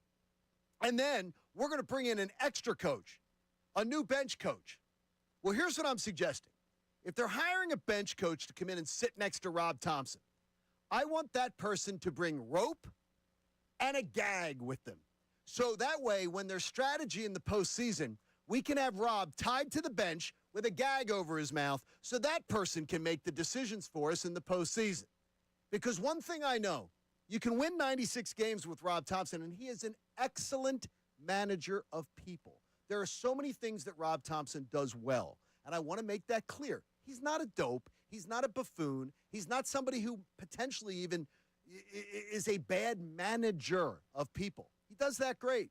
But strategist, again, I'm not picking him in a game of Connect Four. I'm not thinking that he is going to be able to outmanage the opposing manager when the pressure's on and it's October. And I've got years of data to go for with that. And the bragging about 96 wins to me is crazy because how close they were to the Dodgers. Well, here's what I know. How close were you to the Dodgers? Let's see. You win the Dodgers series. You had the ridiculous play with Trey Turner, where if Trey Turner makes a throw to the right side of home plate, the proper side of home plate, you don't give up a run that inning. You probably don't lose when you've got one of the greatest players in the game on the ropes. You win game one. Could have won game one. Then in game two, if you don't call for the ridiculous bunt where you agree you're playing for the tie with nobody out at home and a runner on second, and you're down by one, and you have your slowest runner on second base, that's strategy. Doesn't get. Again, just dumb decisions that you make. If you have that, you at least leave Philadelphia with a split. And then in game four, we already know what Orion Kerkering did in there. Fundamentally, this Phillies team is poor. What did the Dodgers do to give away the series? Did they make mistakes like that? Fundamental mistakes? No, the Phillies did. But yesterday, Rob Thompson told you that one of the great things that he does is, we're going to keep things the same. I am who I am. And you know what Dave Dombrowski told you? That the reason that Rob Thompson is sticking around is because Rob is great with the fundamentals. That was the biggest lie told yesterday. Maybe the biggest lie told is that Rob Thompson's good with the fundamentals. His team has been poor base running. By the way, in his tenure, the 4 years he's been here, they are the worst base running team in baseball. They run into more outs than any team in all of baseball.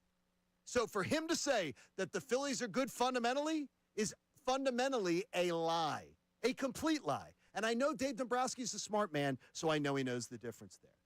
And then he starts telling me that the Golden State Warriors are a good example, and Andrew talked about that last hour. The Golden State Warriors are a good example. He says, and he then goes on to tell you, And they're one of the favorites. They have a bunch of guys, older guys, and they're one of the favorites this year. Dave, I don't know if you don't have the internet down there at Citizens Bank Park. The Golden State Warriors are not one of the favorites. They're the 7th favorite in the Western Conference. They're not one of the favorites. You know why? Because they're old. But you don't get, you're not grasping it. You're not grasping that building a team of a bunch of old guys doesn't win in professional sports. It's not smart. That's not what you do. But you're saying that you actually said yesterday they're one of the favorites. No, they're not. They're 7th favorite in their conference. And then you're talking about Aaron Rodgers and Joe Flacco? Really? Oh, my gosh. You're grasping. And the straws, they're dropping fast. Here's what I'm saying, though, is if you think the Dodgers are that great and you think we ran into the wrong team at the wrong time, so in other words, you were hoping someone else was going to knock off the Dodgers for you, which, by the way, happened in 2022 and happened in 2023. And that's why you were able to advance. That's why you got to a World Series in 2022. That's why you got to a National League Championship Series in 2023, because you didn't have to get past the Dodgers. The last 2 years, you've underachieved. The last 3 years, you haven't gotten where you've gotten to be, and it's been embarrassing failure. Yesterday was maybe the most embarrassing failure of all. I'll put my headsets back on because I like listening to you guys most of the time. Good job, Johnny. I yours. can't get over it. No, yesterday sucked, man. That was bad. Yesterday really sucked. By the way, the only correction that I have to throw your way, it's the field manager. That's the title. Oh, no, that's what I call it, field manager. Well, guess what? I hope he's the field manager, and I hope Rob Thompson, honestly, I hope he's tied to a chair. In the postseason, I want to see Topper tied to a chair so he's not making strategic decisions. I want him looking like he's in a hostage video, that there's just athletic tape across him so he doesn't get to make the decisions. The fact that Dave Dombrowski's telling me that this team's good, that Rob's good, he's good at stressing the fundamentals. Yeah. No, he's not. This is like the worst fundamental team I've ever seen. And it just bothered me. Yeah. But, hey, it's hopefully going to be a eventful offseason. Eventful. Hopefully. Because the way he spoke yesterday didn't make it sound like they're going to make much changes at all. No, it doesn't, does it? So but you know what, though? I'm going to try not to. I can't go into the offseason just thinking that this is just going to be a terrible car crash, that this is just going to be a disaster. So I'm hoping that maybe there's a little bit of, deflection over here, that something goes their way, or that maybe somebody goes in and wows it, because I'm going to say it, and nobody, a lot of people don't want it. I do not want a Schwarber, Real Muto, re-signing reunion. I will take one of them back. If you can move some other people, I will move it. But when I hear him saying, well, we hope to get Schwarber back, we hope to get Real Muto back, this organization is heading for an old man's cliff. The Phillies should get a place for mom as that should be the patch that they get for their jersey. Life alert. Life alert. There's so many things in right now. It's Asplund is over that outfield wall. Yes. A place for mom could be there, and then we could get life alert. That could be a giveoffensive. It could be life next alert year. day. Life alert. Depends undergarments. They could have a day. All guests. The Warriors thing, again, it's offensive to me because the Warriors have won. Yeah, they had a pedigree of championships. So they could go into the season as the 7th favorite in the Western Conference and still put together a run in the playoffs because they've done it. They know how to play in the postseason. They know the war of a 7-game series. The Phillies have not won. Yeah, that would be like if the Phillies won in 22 and 23, right. And then this year you're sitting with old players and saying, here's why we're bringing them back. By the way, he at one point yesterday, he mentioned the Atlanta Braves. And, John, you know it well because you were there during the 14 years winning the division and how they only won one World Series. But if you go back, all right, and I know we're going back to the early 90s here, but 1991, when they lost the World Series in 7 games, they went back the very next year. And then the year after that was 93 when the Phillies upset them, right? But that was in the NLCS. Yes. The following year was the strike. And then they won the World Series. And win the World Series. And then what did they do the next year? Lost the World Series. In the World Series. So don't compare this team to the Braves of the early to mid-90s because they kept going back. And they kept getting there. They didn't decline. They're riding the escalator of life, and they're going in the wrong direction. By the way, after that loss in the World Series in '96, NLCS loss, World Series loss. Correct. So they were the Kansas City Chiefs. They were in the Final Four over and over again. They were the Kansas City Chiefs. From 91 to 99, except for 1 year because of the strike, they were at least in the NLCS every single season. And they won a World Series, and they appeared in 5 of them. Amen. Don't compare the Phillies to the Braves, Dave. Don't compare it to them at all. All right, coming up next, don't forget 8:55. It will be Connor's turn for the Floor is Yours segment. But coming up next, our Eagles topic, whether or not this is the tipping point one way or another for the Eagles. Tim McManus spoke on it, and it was damning. Hear that next. Kincade and Salciunas, 97.5.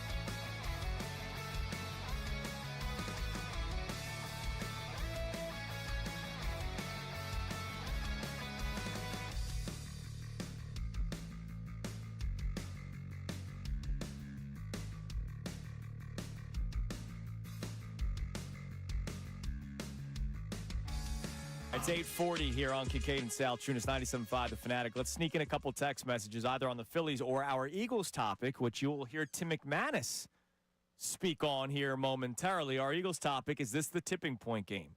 So that means if they win, They're going to go off great pastures, right? It's going to be fantastic. If they lose, this is a spiral, and it's not going to get fixed anytime soon. Now, I want you to say yes or no tipping point. I don't want you to say yes if they win, but not if they lose. Is this a tipping point game, one way or another, for the Eagles? Yes or no? Explain yourself why. It's 610-632-0975. What do we got? VT Ron checks in and says, hey, fellas, if Carson Wentz beats the Eagles, that will be my tipping point. That just can't happen. Keep an eye out for a sinking ship. Yeah, I mean, look, if they lose 3 straight games. At this point in the season. I don't want to say forget Carson Wentz, but, forget Carson Wentz for a second. If they lose 3 straight games after the questions that were being asked when they were 4-0, not questions by us, even though we were, questions by their own players. Statements made by Jalen, by AJ, by Lane, by all these players, Jordan Mailata. All these players were making comments or statements about how the offense needs to get better, then you stop playing not to lose. That was when they were 3-0 and 4-0, John. Yep. Then they lost 2 games. That's where it starts to just fall apart. It's that the you can't keep saying the same things over and over again. Yeah. You got to, at some point, you got to go, hey. And if they lose 3 straight games. Oh, no, it's bad. It's bad. What else we got? All right, Steve checks in and says, Phillies are running it back. Flyers lost last night. If the Eagles lose Sunday, it's a full-on dumpster fire. It's my tipping point for Philly sports in general. We need the Eagles to win Sunday. Sunday needs to be one of those cleansings. Yeah, for the sanity of our lives. Yes. Monday morning. Think about it. Now, I will bring Wentz into the equation. If they lose to Carson Wentz. I'm telling you right now. And it's 3 straight losses. And it's after the Phillies lost the NLDS, and it's after the Phillies had this press conference. And let's say the Mariners win their series, and you see the trades that they made, the aggressive nature that they were this season. There's a lot of things that are piling up on what the hell has gone on the last couple of months here in Philadelphia. All right, Tim McManus was on with Unfiltered yesterday.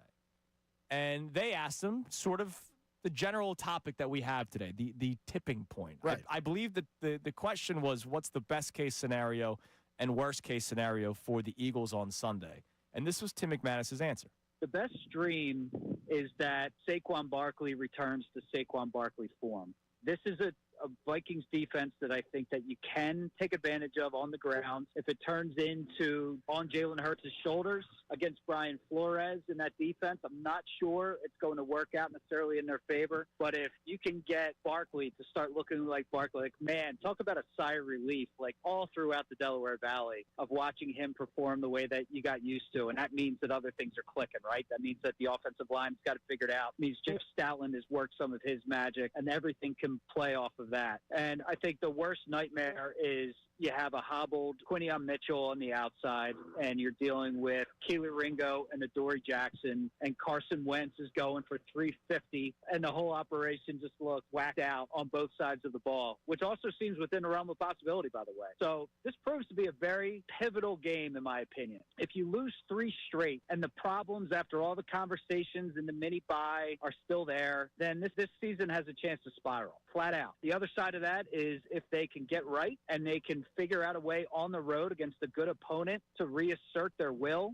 on teams, then that can turn this whole ship around. So not to say that the season's riding on the Minnesota game, but I think it's a very important one as we look through the overall structure of the season. This is a big one for them, and they need to get a win.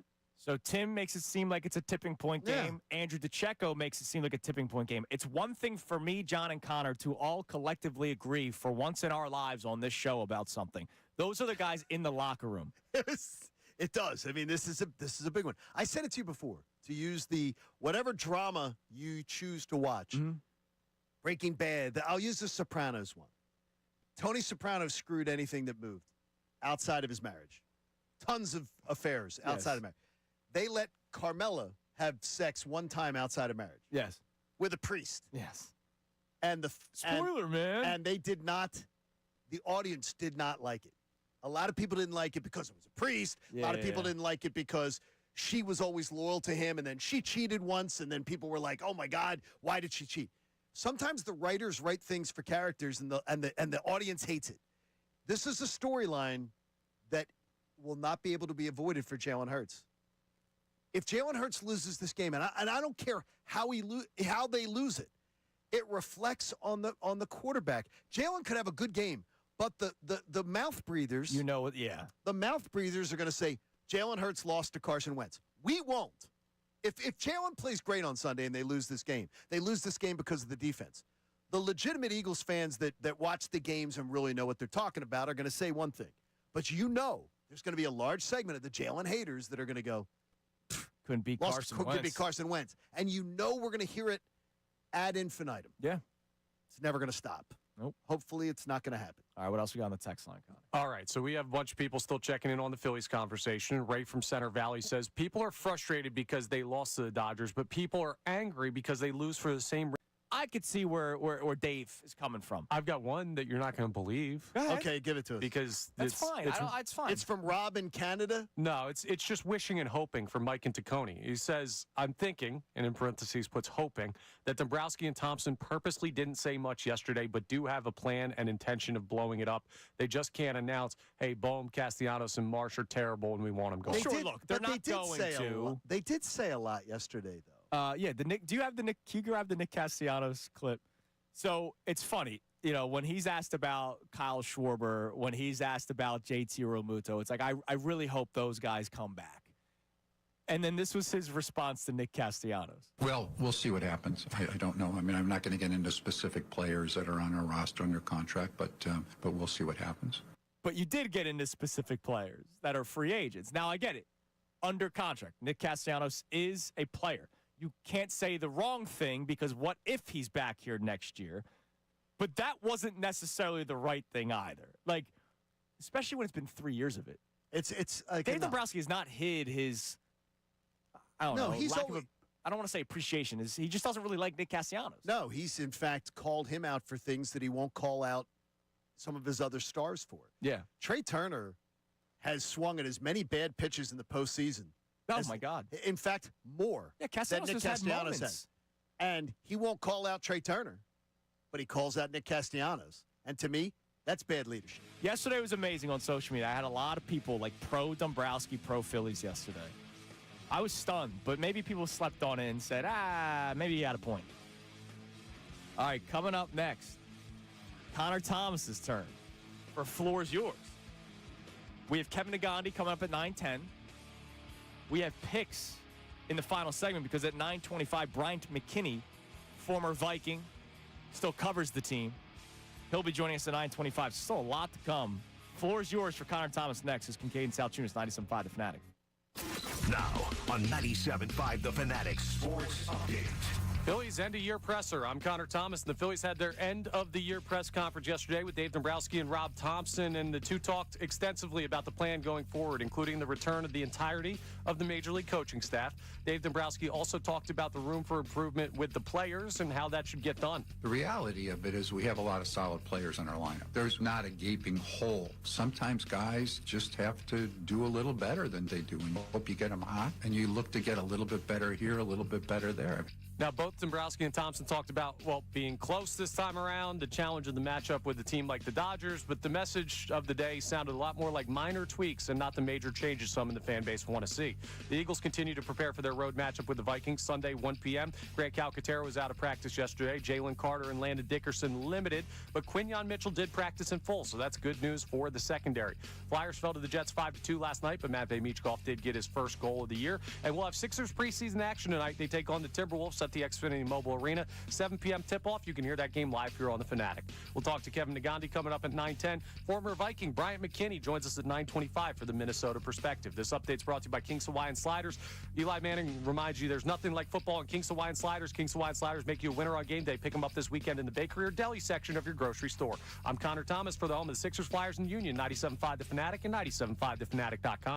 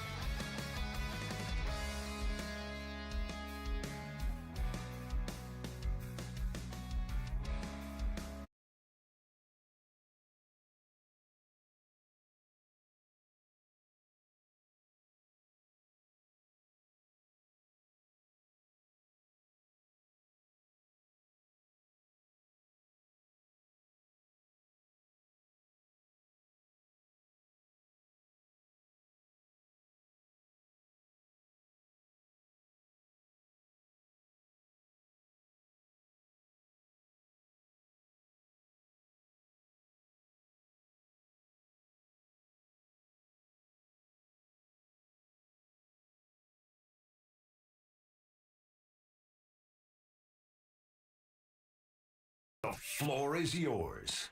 I didn't love everything I heard yesterday. I didn't love a lot of what I heard yesterday because I believe Dave Dombrowski just gave, given the circumstances, one of the least inspiring press conferences you're ever going to hear. And it takes a lot to make me lose faith, especially in this baseball team. Like, if you've heard me on these airwaves, you know where I stand with the Phillies and the organization and the players. And I like to believe in things. But it's really hard to believe in things if what Dave Dombrowski said he believed in yesterday is really true. I'm super worried for the Phillies' future and for this fan base because Dombrowski sounds like a snake oil salesman at this point with what we've seen and what he's trying to get the fan base to believe in. And he talked about why fans should believe in this team. Well, because they're a good team and they play hard. And it's funny when you say that. I have friends all over the country, and look at the support we get from the club, not only during the season, but during the postseason, all the time. But they'll say, gosh, you have a good club. What a fun club to watch. I really enjoy it. It is. Like, we have some of the best players in baseball. So that's why, and we'll continue it. We have ownership that is dedicated to winning. We have good baseball people in the organization. We have good players.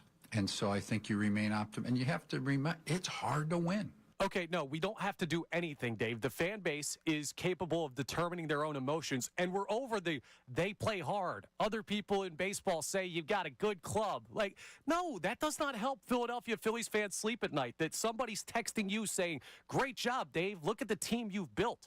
There is no, oh, well, these guys work hard. They're a talented bunch. The rubber has met the road, and whatever side of the equation the Phillies are on that, whether they're the rubber or the road, they were on the losing side. It is time for actual changes for this team, and we can't run back that whole be excited with what you have, because at this point, the kindness of the fan base, the understanding of the fan base, even folks like me who have been so in on this baseball team when times have seemed bleak in the past, we're starting to get out. So what are the concrete changes? Like, where can you go? Well, right off the bat, Dombrowski told us yesterday we're not getting it with the Major League coaching staff. Everybody's coming back, but we're going to have one change. We're adding a role this year to try to, again, make us maybe just a little bit better and add something. So we're going to add the position of Major League Field Coordinator, which a lot of clubs have now to their coaching staff. I think about 80% of the clubs have that. Mike Calitri is going to take that role for us. He's an ideal person. He's got the skill set to do that, continue to coordinate spring training and a lot of other things for Rob Thompson. And in turn, we'll look outside the organization to add a Major League bench coach to assist us and assist Topper in different fashion of different things. But everybody else is coming back. Unless that Major League bench coach that they find is going to hit 40 home runs from the right side, it's not going to make a damn lick of difference. Like, I was not anti-Kevin Long. I'm certainly not anti-Caleb Cotham, the pitching coach, because I believe he's done a really good job with his staff in his time here. But at some point, you have to give the people what they want. You have to have a head roll. And to not move on from any coaches yesterday is just an acceptance of where you're at. And I think that was a huge theme of the press conference yesterday. Now, on top of that, with the roster, it doesn't sound like you got a lot of change coming. Schwarber sounds like they want him back. Realmuto sounds like they want him back. And while there are some guys that you can look at that you can infer, hey, they're going to be gone, like Nick Castellanos, who we heard this already, but I'll play it again. This is as pretty clear as it gets that Nick Castellanos won't be a Philly again. Well, we'll see what happens. I don't know. I mean, I'm not going to get into specific players that are on our roster under contract, but we'll see what happens. But he wants the big boys back. And even though he said, oh, well, Max Kepler most likely won't be back. And Jose Alvarado, we do expect to be back. And Bryson Stott, we expect to be here. And he gave us some seemingly close to concrete answers on a couple of the guys under team control. The only real toss-ups look like Harrison Bader and whether or not you're going to trade Alec Bohm. Like, we've got openings at 2 outfield spots. That's it. 2 outfield spots because Justin Crawford's taking one of them.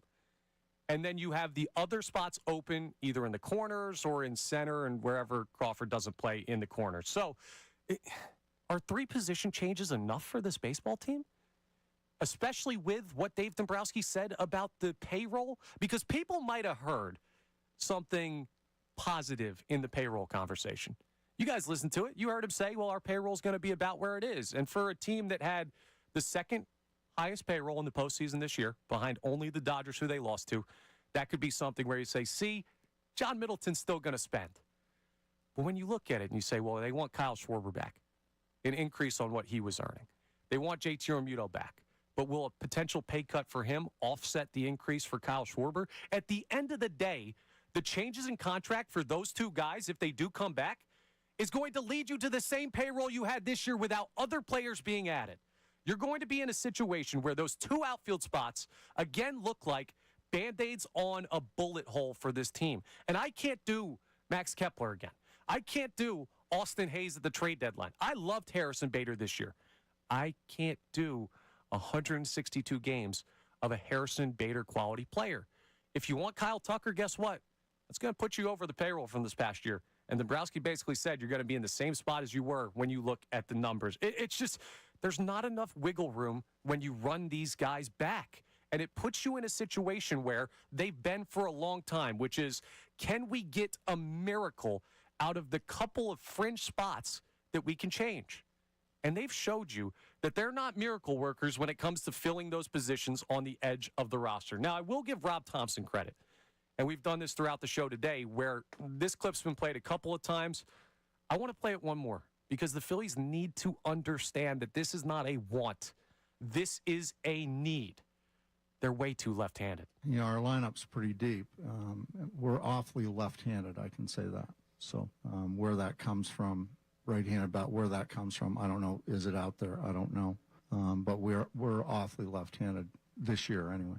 Dave Dombrowski can't just write that off from his manager. He can't just say, thanks for the input, Rob. We'll throw the suggestion box in the trash. No, you're in a situation where if you don't get that, you are looking at exactly the same thing you had this year with what? A guy that you're going to find off the scrap heap in free agency to hit 250 and 7 home runs from the right side? I don't need more retreads. I don't need more platoon players. I need you to go and change something, and it doesn't sound like they're going to change anything. And while I credited Rob Thompson there's one thing he said that just, it's the least inspiring way that he could have put something. And I get what he's saying here because the question he was posed was not the best one to set him up for a proper answer. But he went Ben Simmons on us. Do you plan to make any changes to how you'll manage the club next year? To how I'll manage the club? Approaching managing. I don't think so. I mean, you learn different things every day and you apply it, but I am who I am. We lost. It sucks. I am who I am. It is what it is. I'll give you a little hint out there if you're listening and you want to maybe one day be a manager or a coach of a team in Philadelphia or like the GM or president of baseball operations, whatever. Taking the Ben Simmons line is never the right line to take. It will never end well for you when you rip off that indifferent, I am who I am, it is what it is type of line. And I understand that Rob Thompson's basically saying, like, I'm going to continue to manage the way that I believe in. But that clip was the tone of the press conference to me. That was the message that they put out there. Because the Phillies are who they are. They're talented. They're flawed. And they're locked into the same place that they have been the last couple of years. They're resigned to their fate. With the money already committed to guys like Harper and Turner and Nola and eventually Schwarber, because how could you not bring back Kyle Schwarber and maybe Realmuto as well? They're going to die on this hill.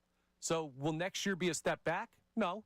They'll continue to be a good baseball team, but I don't believe it'll be a step forward.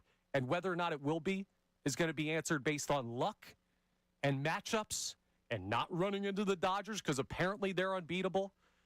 It won't be because of the plan of the front office. Good job, Connor. Did you have indigestion at the end there? Or were you about to cry? Well, it could give you indigestion. No, why is everyone asking me if I'm crying recently? The unfiltered guys.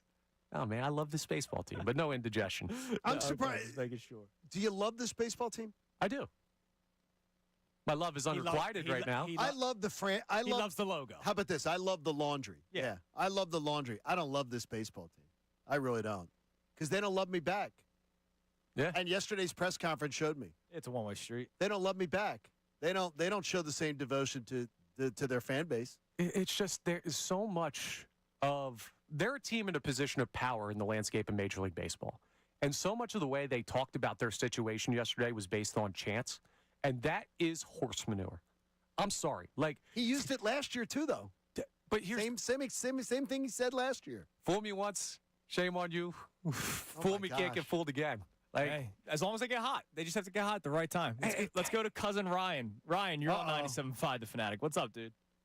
Gentlemen, how are you this morning? Well, passionate. Yeah, well, Connor hit a lot of nails on the head with his statement, and I applaud Connor for doing his homework very diligently on that. Thanks, Ray. And then you look at it, Nick Castellanos is going to be odd man out because he's the one calling people out and holding people accountable. Yep. Remember Topper gave him a nice little suspension because he said something Topper? Well, you know what? Nick said, hey, make your actions and your words line up. Dave Dombrowski is lying to this entire fan base, and he's expecting us to buy it again. He is not long for Philadelphia because if they operate the way they did this year, the fans will take him out of the city on a picnic table.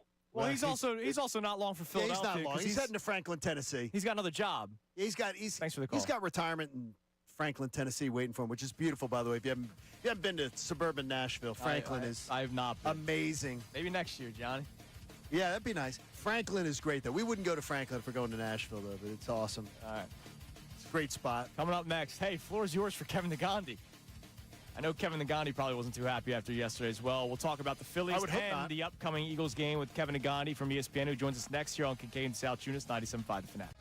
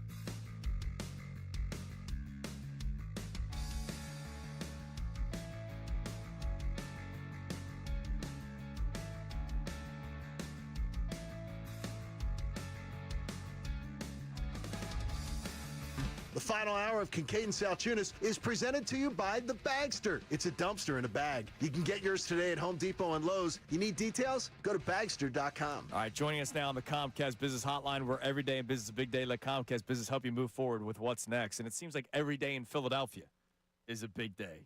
Usually not always for the positive because of yesterday's press conference and the tipping point game for the Eagles as they get ready to take on Carson Wentz potentially and the Minnesota Vikings. And from ESPN to talk about it all, our man Kevin Nagandi joins us. Kevin, good morning, man. How are we today? Good morning, fellas. How we doing?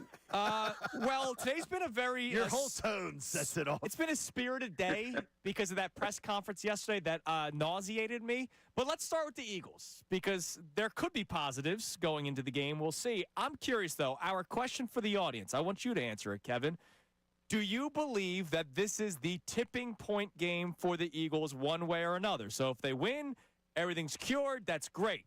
If they lose, oh, my God, it is 2023. Is this the tipping point game for the Eagles in your mind?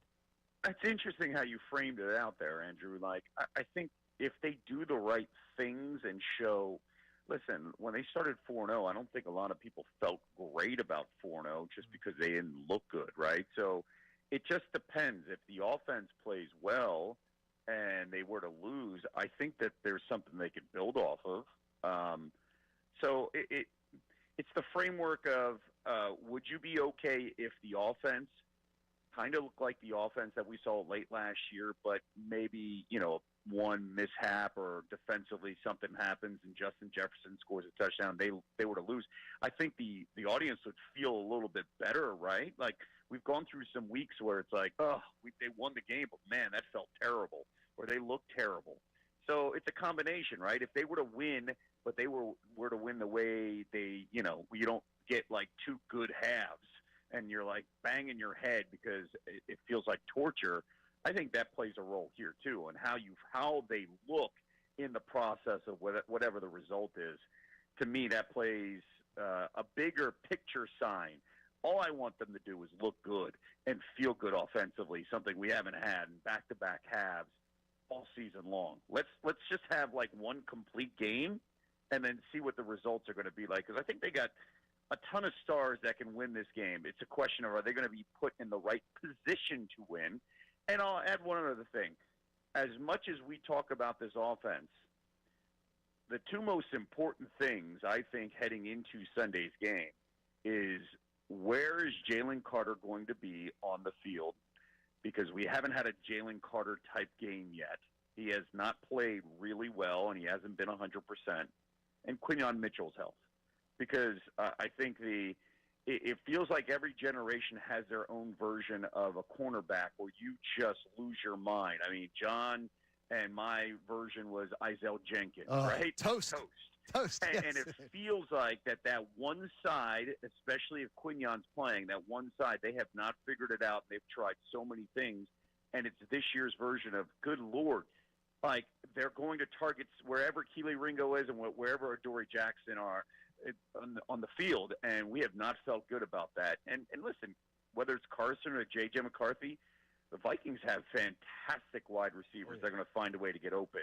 That's what scares me more than anything going into this game. I got to tell you, Kev, if they roll out next Sunday afternoon out of Lincoln Financial Field 6-2, they find any way to win those games. And I'm talking about just put 2 wins on the board and they're 6-2, and they get those 2 weeks off heading into the 2 biggest games of the year, at the Packers and then home to the Lions in the short week. That, to me, is where the season will be told, those 2 games. So it's important to be 6-2, I think, heading into the bye week. And I'm going to feel good about it. I'm going to feel good about their chances. But 5-3, it makes those Packers-Lions games totally different. The stress of those games is different. Right. Yes, but haven't we learned anything, John? 10-1 2 years ago felt awful. It did, yeah. I've never been around a team where you're just like 10-1 and the city's just so miserable, because we all knew every week it was like they're figuring it out, but I don't know how they're figuring it out, right? So yes, to me, it's can you put just 2 halves together? Holy cow, that's all we want, and it's on the same day. Not, hey, the first half in one game, the second half in the next game. Like, let's just put two halves together. But I will also say, like, you guys obviously are in the Philadelphia bubble. Nationally, I mean, look what just happened last night. Off the street, Joe Flacco just came in and beat the Steelers, who were 4-1. And let me tell you, that Pittsburgh audience and that fan base never felt really good about 4-1. They've got a lot of question marks. And so if you look at the landscape here, I mean, let's not forget that the Colts are where they're at right now. Let's not forget where the Chiefs have been trying to figure things out at 3-3. Let's not forget that the Packers have not looked good. The 49ers are dealing with injuries. The Bucs are playing well, but they're the one losses to the Eagles. So there's a lot of, like, head scratching as we try to figure out this season, and it doesn't feel like any team has kind of turned the corner and said, we've got this right. They're all still answering questions, making excuses for this team. I'm trying to actually talk myself out of just losing my mind this weekend if they would have dropped to 4-3 and the offense cannot move the ball and Kevin Patullo rolls out the same, boring vanilla concepts and this defense gets torched on one side of the field. Losing our minds is what we were doing yesterday, Kevin. What did you make of the Dave Dombrowski 55-minute PR hit for the Los Angeles Dodgers and just how they're just the better team? What did you make of that press conference yesterday? I thought Dave's comments about Bryce Harper were like, oh, yeah, okay, wow, all right. And it felt like, okay, is the message being sent there, especially on Bryce's birthday, about if you expect us to continue to do what we're going to do with the big picture, we need you to now be an elite guy because we haven't had an elite guy the last couple of years, especially in the postseason. The way this team is framed out, the way they're built, the stars have to be stars in the biggest moments, and we haven't had those stars step up in the big moments. They're getting paid like stars. They're getting treated like stars, and the fan base just needs those stars to step up. And I think the messaging was, you can be good. We need you to be great. And what's in front of us, we've got to kind of pass on that message because there's 6 years, $144 million left on that contract, and I think more than anything else, the window feels like, depending on if they sign Schwarber, the window feels like it could be maybe 2 or it could be maybe 4. You still got Trey Turner for 8 more years. So you've got to find a way. Like, you got to figure this out right now. We don't want to be in a position, I think all of us have talked about this, we don't want to be in a 2011, 2012, 2013 where it's like, okay, and I think the Sixers have gone through that too. Like, we're middle of the pack, and you had a little hope, and you play great in the regular season, and then you're done in the first or second round, and that's become now more of a habit and a theme than like, hey, you know what? That was just a rare situation. Hey, and I'll come back to one thing. Let's not forget where we were in 2022, right? We were struggling going into that playoff, and then the Cardinals gave us a break, and then we caught fire. And guess who stepped up? The Stars. The Stars were the difference, and they have to be the difference if the Phillies want to have any success. And I don't think the team's gotten over what happened in 2023. They are going to be really, really old. They're going to be if they bring back Schwarber and Real Muto. They are so old, Kevin. I mean, it's 33, it's 33, it's 33, 33, 35. And your kids are going to be going to high school with a down period of Phillies baseball. We're going to see Cooper Salciunas when he first really understands baseball, going through a bad Steve Jeltz era. He's going to say, Dad, why do you love this team so much? He's going to be like, we're going to face this, but I don't think people realize it. This is going to be, no matter how much he's willing to spend, he's going to have millions in money that's just going to be useless. Fair. That's 100% fair. I don't want to buy into it. I want it gone. I honestly, I don't want it. That is a position I do not envy Dombrowski being in. And trying to cut salary and find a way and get some type of talent. And, if there's a potential work stoppage, like what the salaries are going to be like after that. Like there's a lot. There's going to be a cap down the road. I bet there's a cap. Kevin, listen, man, Thanks, we appreciate the time as always. Never a dull moment in Philadelphia sports. We're always the center of the universe, man. We appreciate it. Thank you, buddy. Be good, fellas. Take There care. is Kevin Agandi on the Comcast Business Hotline. Now, coming up next, we go from Kevin Agandi, hometown hero, as my man Ant used to call him, to Bryant McKinney, who used to play for the Minnesota Vikings, still covers the Minnesota Vikings, does a podcast, talks about them all the time. We'll get some insight on who the Vikings are with J.J. McCarthy at quarterback, with Carson Wentz at quarterback. And are there whispers of a quarterback battle? It's Kincade and Salciunas, 97.5 The Fanatic. Sports update. The plan for the Phillies. I'm Connor Thomas, and the Phillies had their end-of-season presser with Dave Dombrowski and Rob Thompson yesterday, who extensively talked about the plan going forward for the organization, including the return of the entirety of the Major League coaching staff. Dave Dombrowski also talked about how the players could improve and what needs to happen to get that done. The reality of it is we have a lot of solid players in our lineup. There's not a gaping hole. Sometimes guys just have to do a little better than they do, and you hope you get them hot, and you look to get a little bit better here, a little bit better there.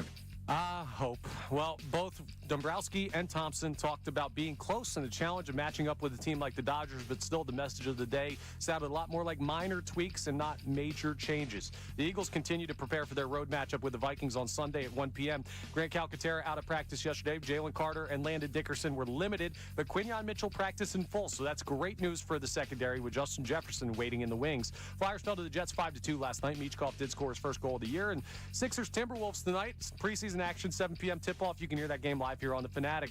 This update is brought to you by Fox One. Fox One is your home to stream live sports from NFL on Fox to Big Noon Saturdays, NASCAR, and more. This week, don't miss your Nittany Lions take on Iowa. Download the Fox One app to stream Fox One live sports streaming now. Bryant McKinney, former Viking, joins us next. I'm Connor Thomas for the home of the Sixers, Flyers, and Union, 97.5 The Fanatic and 97.5thefanatic.com.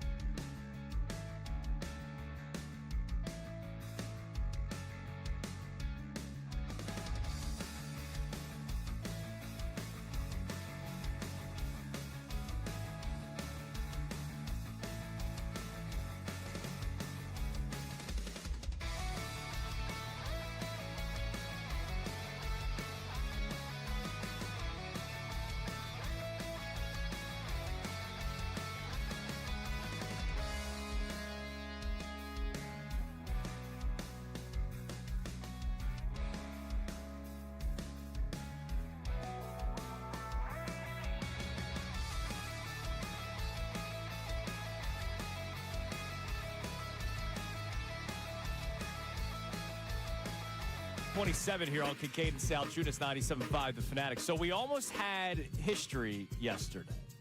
Well, what was that? I wouldn't say almost. It was 5 off. But Jamar Chase had 16 receptions from Joe Flacco yesterday. Do you guys know the player that holds the record for most receptions in a single game?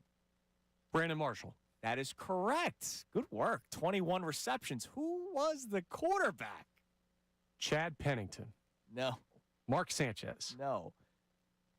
I don't know why you're going Jets. It was for the Broncos. Oh, was it? I don't know. I think about it with the Jets. Kyle Orton. You say Zach Wilson next? Yes, Kyle Orton. Kyle Orton, very good. Kyle Orton threw the 21 receptions to Brandon Marshall in 2009. It's about as far as he could throw it.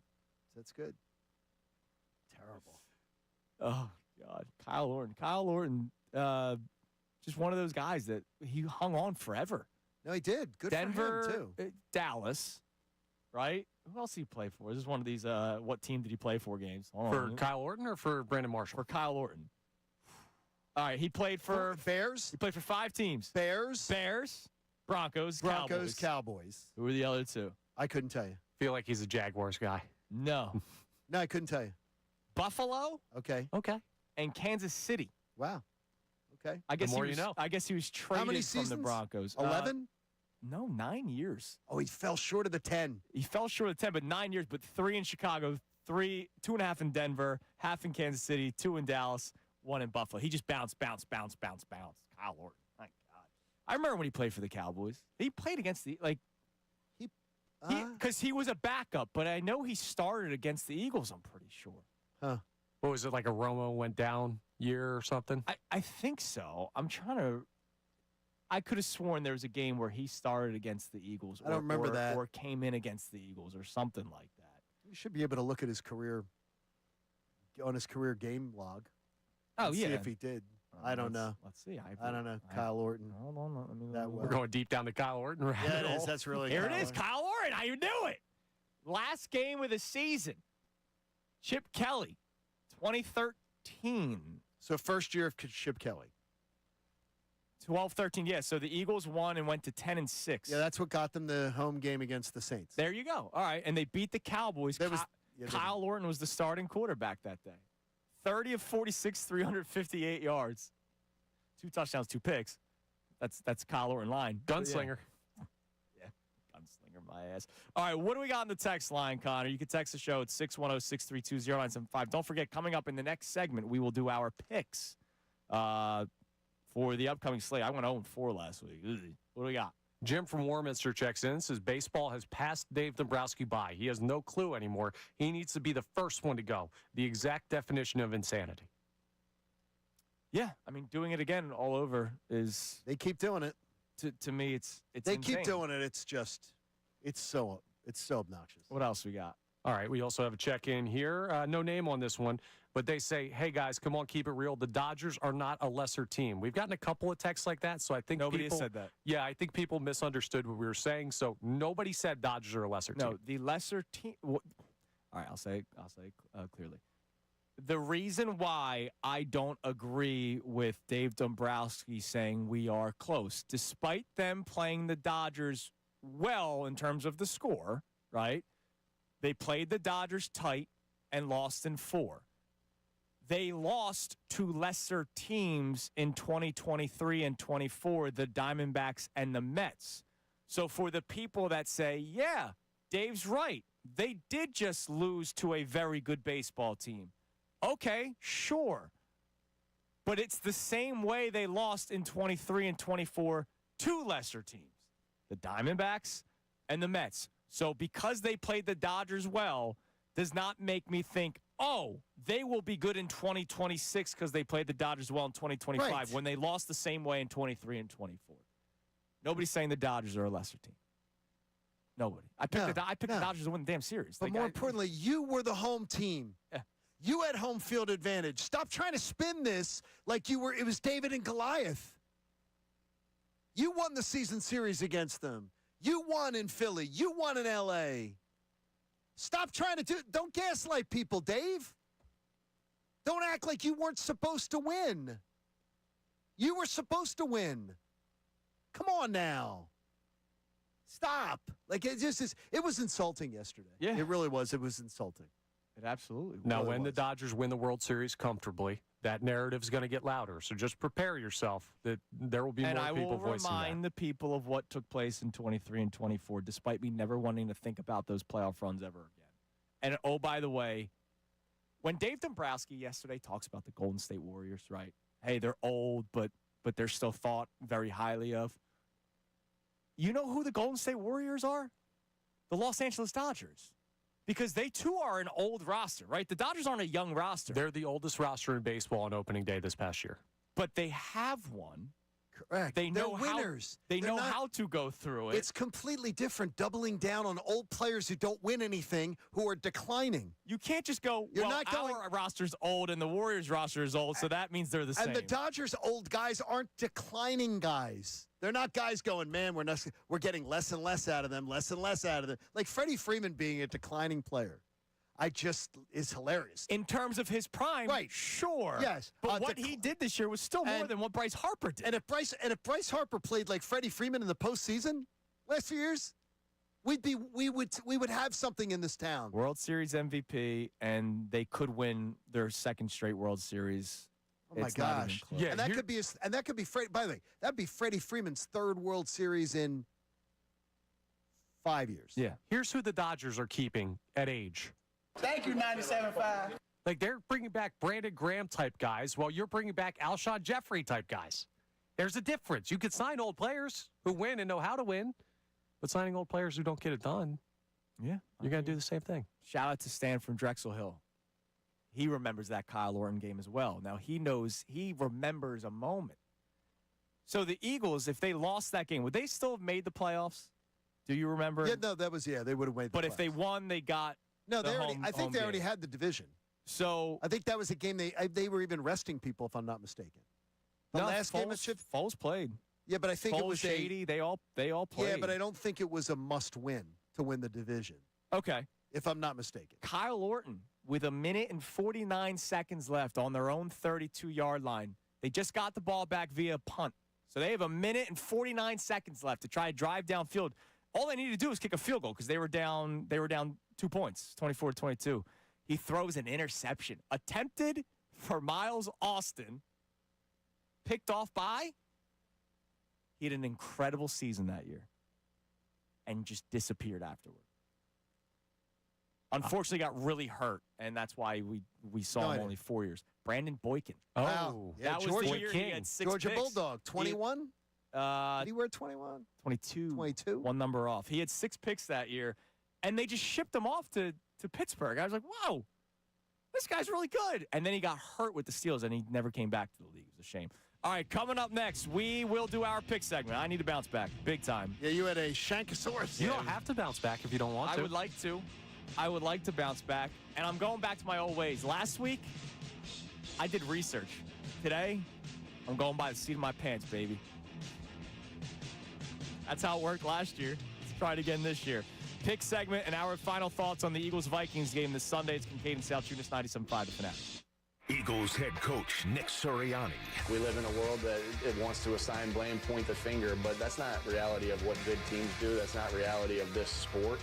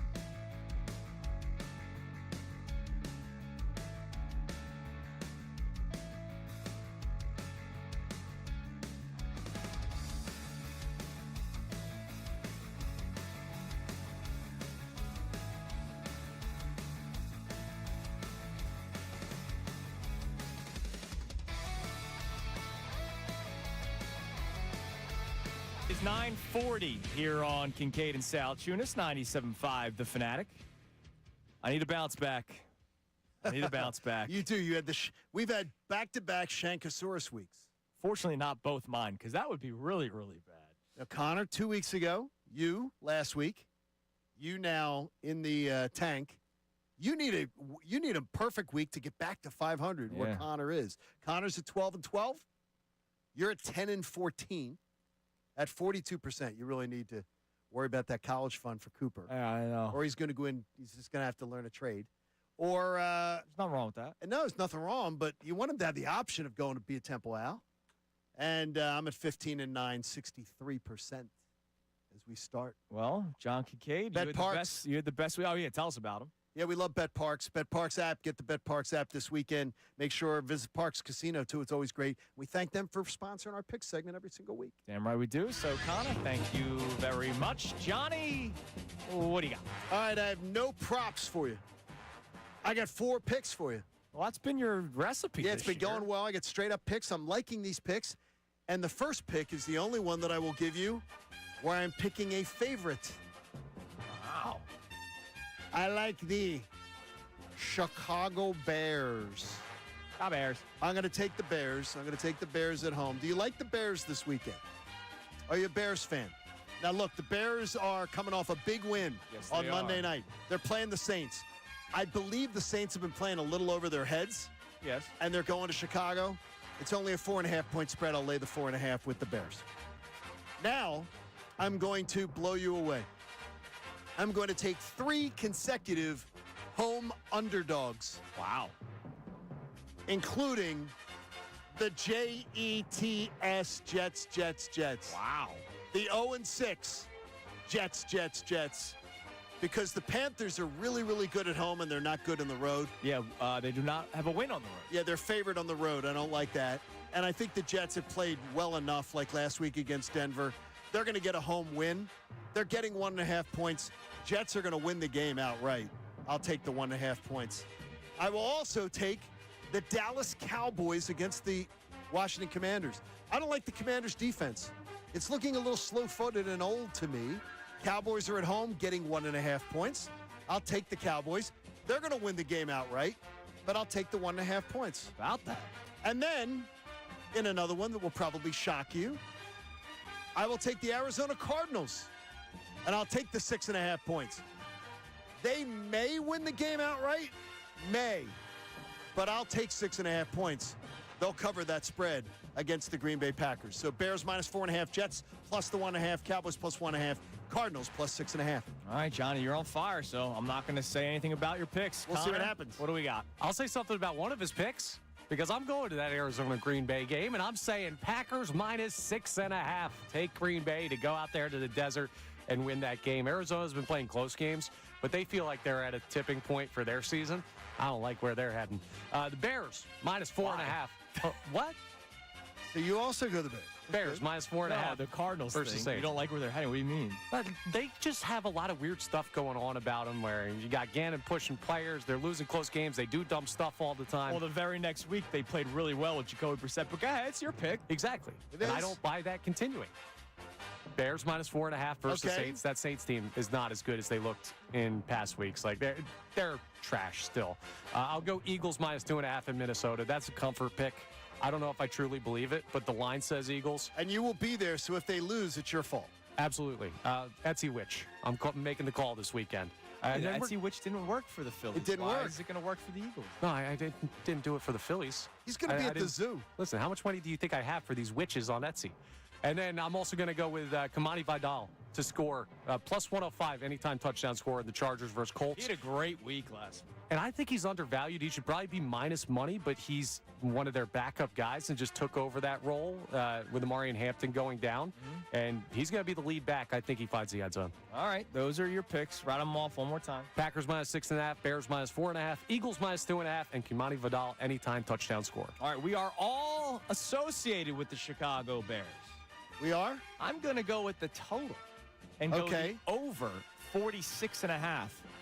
Thinking that Kellen Moore's got, just empty the playbook with Spencer Rattler, right? The Bears' defense has not been good this year. Neither is the Saints. So I think the Bears score points, but the Bears defense has allowed a lot of Hasn't points. done enough, right? Let's see. They have allowed 24, 14 against the Cowboys, is pretty good. 52, 27. So if the Saints can handle their end of the bargain, and then, of course, the Bears will score points as well, I'll take the over 46.5 with the Saints and Bears. I'm going to take the Patriots to cover the 7 revenge game. Mike Vrabel going up against the Tennessee Titans. It is a revenge game. Got fired for no reason. Harry doesn't like the pick. Oh, Harry Mays doesn't like the pick. I don't like that pick either. All right. I'll just go sit I out almost there with took him. the Titans in the pick. Well, and the points. It's all right. My picks have gone really well this year. J.K. Dobbins over 62.5 rushing yards against the New York Giants. The Broncos will not go away from running the football. The Giants, one of the worst rushing defenses in the NFL. So Dobbins 62.5. And then I will go with a Monday night pick. All right. I will be asleep and will not know how it goes until I wake up Tuesday morning. What do you like? Under 41.5, Houston and Seattle. Houston coming off the bye, so that defense is fresh. Under 42.5. 41 and a half. I'll take the 42. Under 41.5. Okay. Houston and Seattle. Houston's offense still isn't good. No. But their defense is great, and can they keep Sam Darnold and the Seattle Seahawks quiet? Remember when C.J. Stroud was going to be the next? Yeah. Like Jaden Daniels is going to be the next. Yeah. All right. Sometimes they're jumping the gun on these quarterbacks a little bit. Those are my picks. Let's see what we can do. Over 46.5 for the Bears. Saints game. Patriots -7. Dobbins 62.5. I want to know what Harry has to say about me taking 3 road dogs. Because Harry Mays. He's got the head nod out there. Harry Mays is one of my, I would tell you, is one of the people that I absolutely love to listen to with regards to gambling. When you, if you're not following Harry on social media, he sometimes puts little gems out there, and he tends to have some really good insights. I'm just surprised he's going 2 days this week. I didn't know he still had it in him. Well, he's pacing himself. He's pacing himself. It's very similar. But Rick Tockett... Jason Martinez is Sam Erson. No, well, and Harry's Vladar. Well, that's the thing is, Rick Tockett would say that Harry needs the time off, though. You got to pace it very carefully. This is a short week. This is Sunday, Thursday. Seriously. Is Jackson Dart? This is going to be terrible. Wow. I just don't want him to pull a muscle or anything. No, he'll be fine. All right, what do we got on the text line, Connor, before we give our picks for the Fighting Eagles? Oh, geez. Fighting Eagles. Don't put that on them because people are mad at the Phillies. This texter says as long as they're selling out the bank, the Phillies feel no pressure to spend more money. That's my takeaway from the press conference. conference. More money? The Phillies, all they do is spend money. Right. No, it's the Phillies spend. That's an unfair criticism. No, the problem is they're complacent with who they have. They're fine. Like, oh, we got a lot of good. I mean, how many times did you hear Dave Dombrowski say yesterday, we have a good club. We just lost to the better club. Like I heard that 100 times. By the way, that is horrible.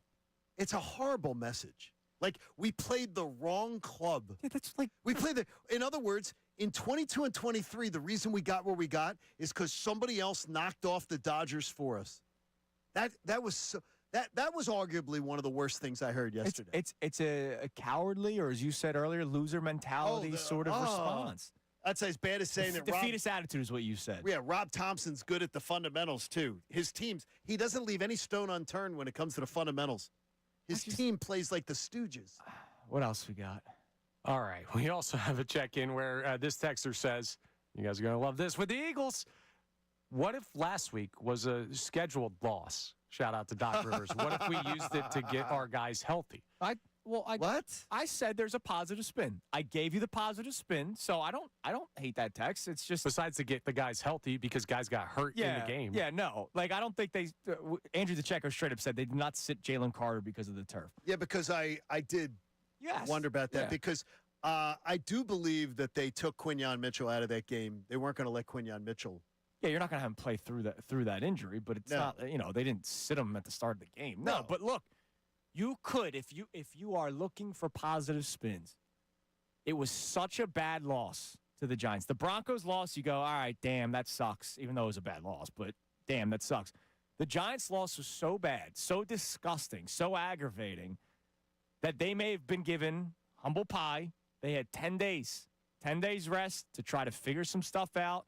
There were meetings of the mind that we know about with the Eagles and Kevin Patullo. Guys are getting healthier, at least Jalen Carter, hopefully Quinyon Mitchell. He was a full participant in practice yesterday. So if you're looking for a positive spin, humble pie loss, 10-day mini bye, much like the bye week last year in week 5, and you go to Minnesota and hopefully win a game on the road. And if you win a game on the road, that should make you feel great. That's if you win the game on the road. I don't mind that rationale. I think yesterday was a maintenance day for Jalen Carter. Like, I really do believe that was. He said he was playing. He straight up said it. But I think it was a maintenance day. All right. You say you got one more text, Connor. Yeah, I think Justin from the Northeast is a nice place to end today because he says, I have all the faith in the world that the Birds get it done on Sunday. But if Carson Wentz comes in and looks like 2017 Wentz and the Eagles lose, Jeffrey Lurie might as well call in the National Guard before we burn the link to the ground. Really? So let's give our picks on the game. All right. I don't feel good about Sunday. I don't. I am terrified that everything we've heard this week is empty words, empty calories. It wouldn't be the first time, right? Where meetings happen and then ultimately the game happens and you go, oh, damn. Forget Carson Wentz. Forget him for a second. I'm not saying, could you imagine if they just forget him for a second. Kevin O'Connell's a very bright mind. Yeah, just ask him. And I know. And the Eagles' defense has been leaking recently. Now, hopefully 10 days rest helps them, but I need the offense to actually put together a game plan that helps. Kevin Patullo is going up against a very bright defensive coordinator in Brian Flores. And so I'm not feeling good about this game. I don't see the Eagles put I think it's like a 24-20 loss. Sorry. The Eagles have done nothing for me to say, I'll change my mind. Yeah, they're gonna win this game. I believe Minnesota hands them their third straight loss, and it's going to be a wild day on Monday. I think that I believe that the Eagles will win the game on Sunday. I also believe that the Eagles will put together a game plan that's not going to make us go, wow. Don't think we're coming in Monday saying, boy, this team's got everything fixed. But I do believe it'll be a 4-quarter effort that we will be most pleased that it is the most complete 4 quarters that we've seen out of them all year long, as far as consistency. Eagles win the game 27-23. Okay, so 4 points. I'm 4 points, but a loss. 27-23, Eagles win the game, and I think I'm believing it'll probably be maybe a late score by Minnesota that makes it scary. Okay. Connor, you're going to be in attendance. I am going to be. So you can't pick a loss because you can't do that. I'm not picking a loss. Well, you already picked him in the picks. There's two possible outcomes. Either the Eagles win this game or I'm leaving U.S. Bank Stadium in a straitjacket Sunday afternoon. But I have them winning 23-21. I don't think we see them go crazy offensively. Tough defense, but I think we get the win to get things started. All right, so tipping point game. Oh, it is the tipping point game, and I promise you this. The only thing that'll be tipping is a bottle of Tanqueray at around 4:15 on Sunday afternoon. I can't do that because I'll be on ESPN Sunday afternoon from 5 to 7:30. All right, well then so I can't drink. Drink for me. I will pull up the app, and I will listen if that happens. Plus, I'll be listening to Fanatic too. Knows who you are, man. I'll be listening. Tell us about life-saving cancer research. Hey, please. Davis CPA Group, and Ron's over in Ireland right now celebrating. Ron Davis and the Davis CPA Group made a donation to the American Association for Cancer Research. You can, too. Go to 975thefanatic.com/AACR. I'm living proof 3 times over. Cancer research saves lives. And it was a Football Friday brought to us by Norristown Chrysler, Dodge, Jeep, and Ram. Driving to great deals at the fall sales event, Norristown Chrysler, Dodge, Jeep, Ram. And get wicked good deals all month long on Chrysler, Dodge, Jeep, or Ram. Visit NorristownChryslerDodge.com. Middays with Marks with Harry Mays coming your way next here on 97.5 The Fanatic.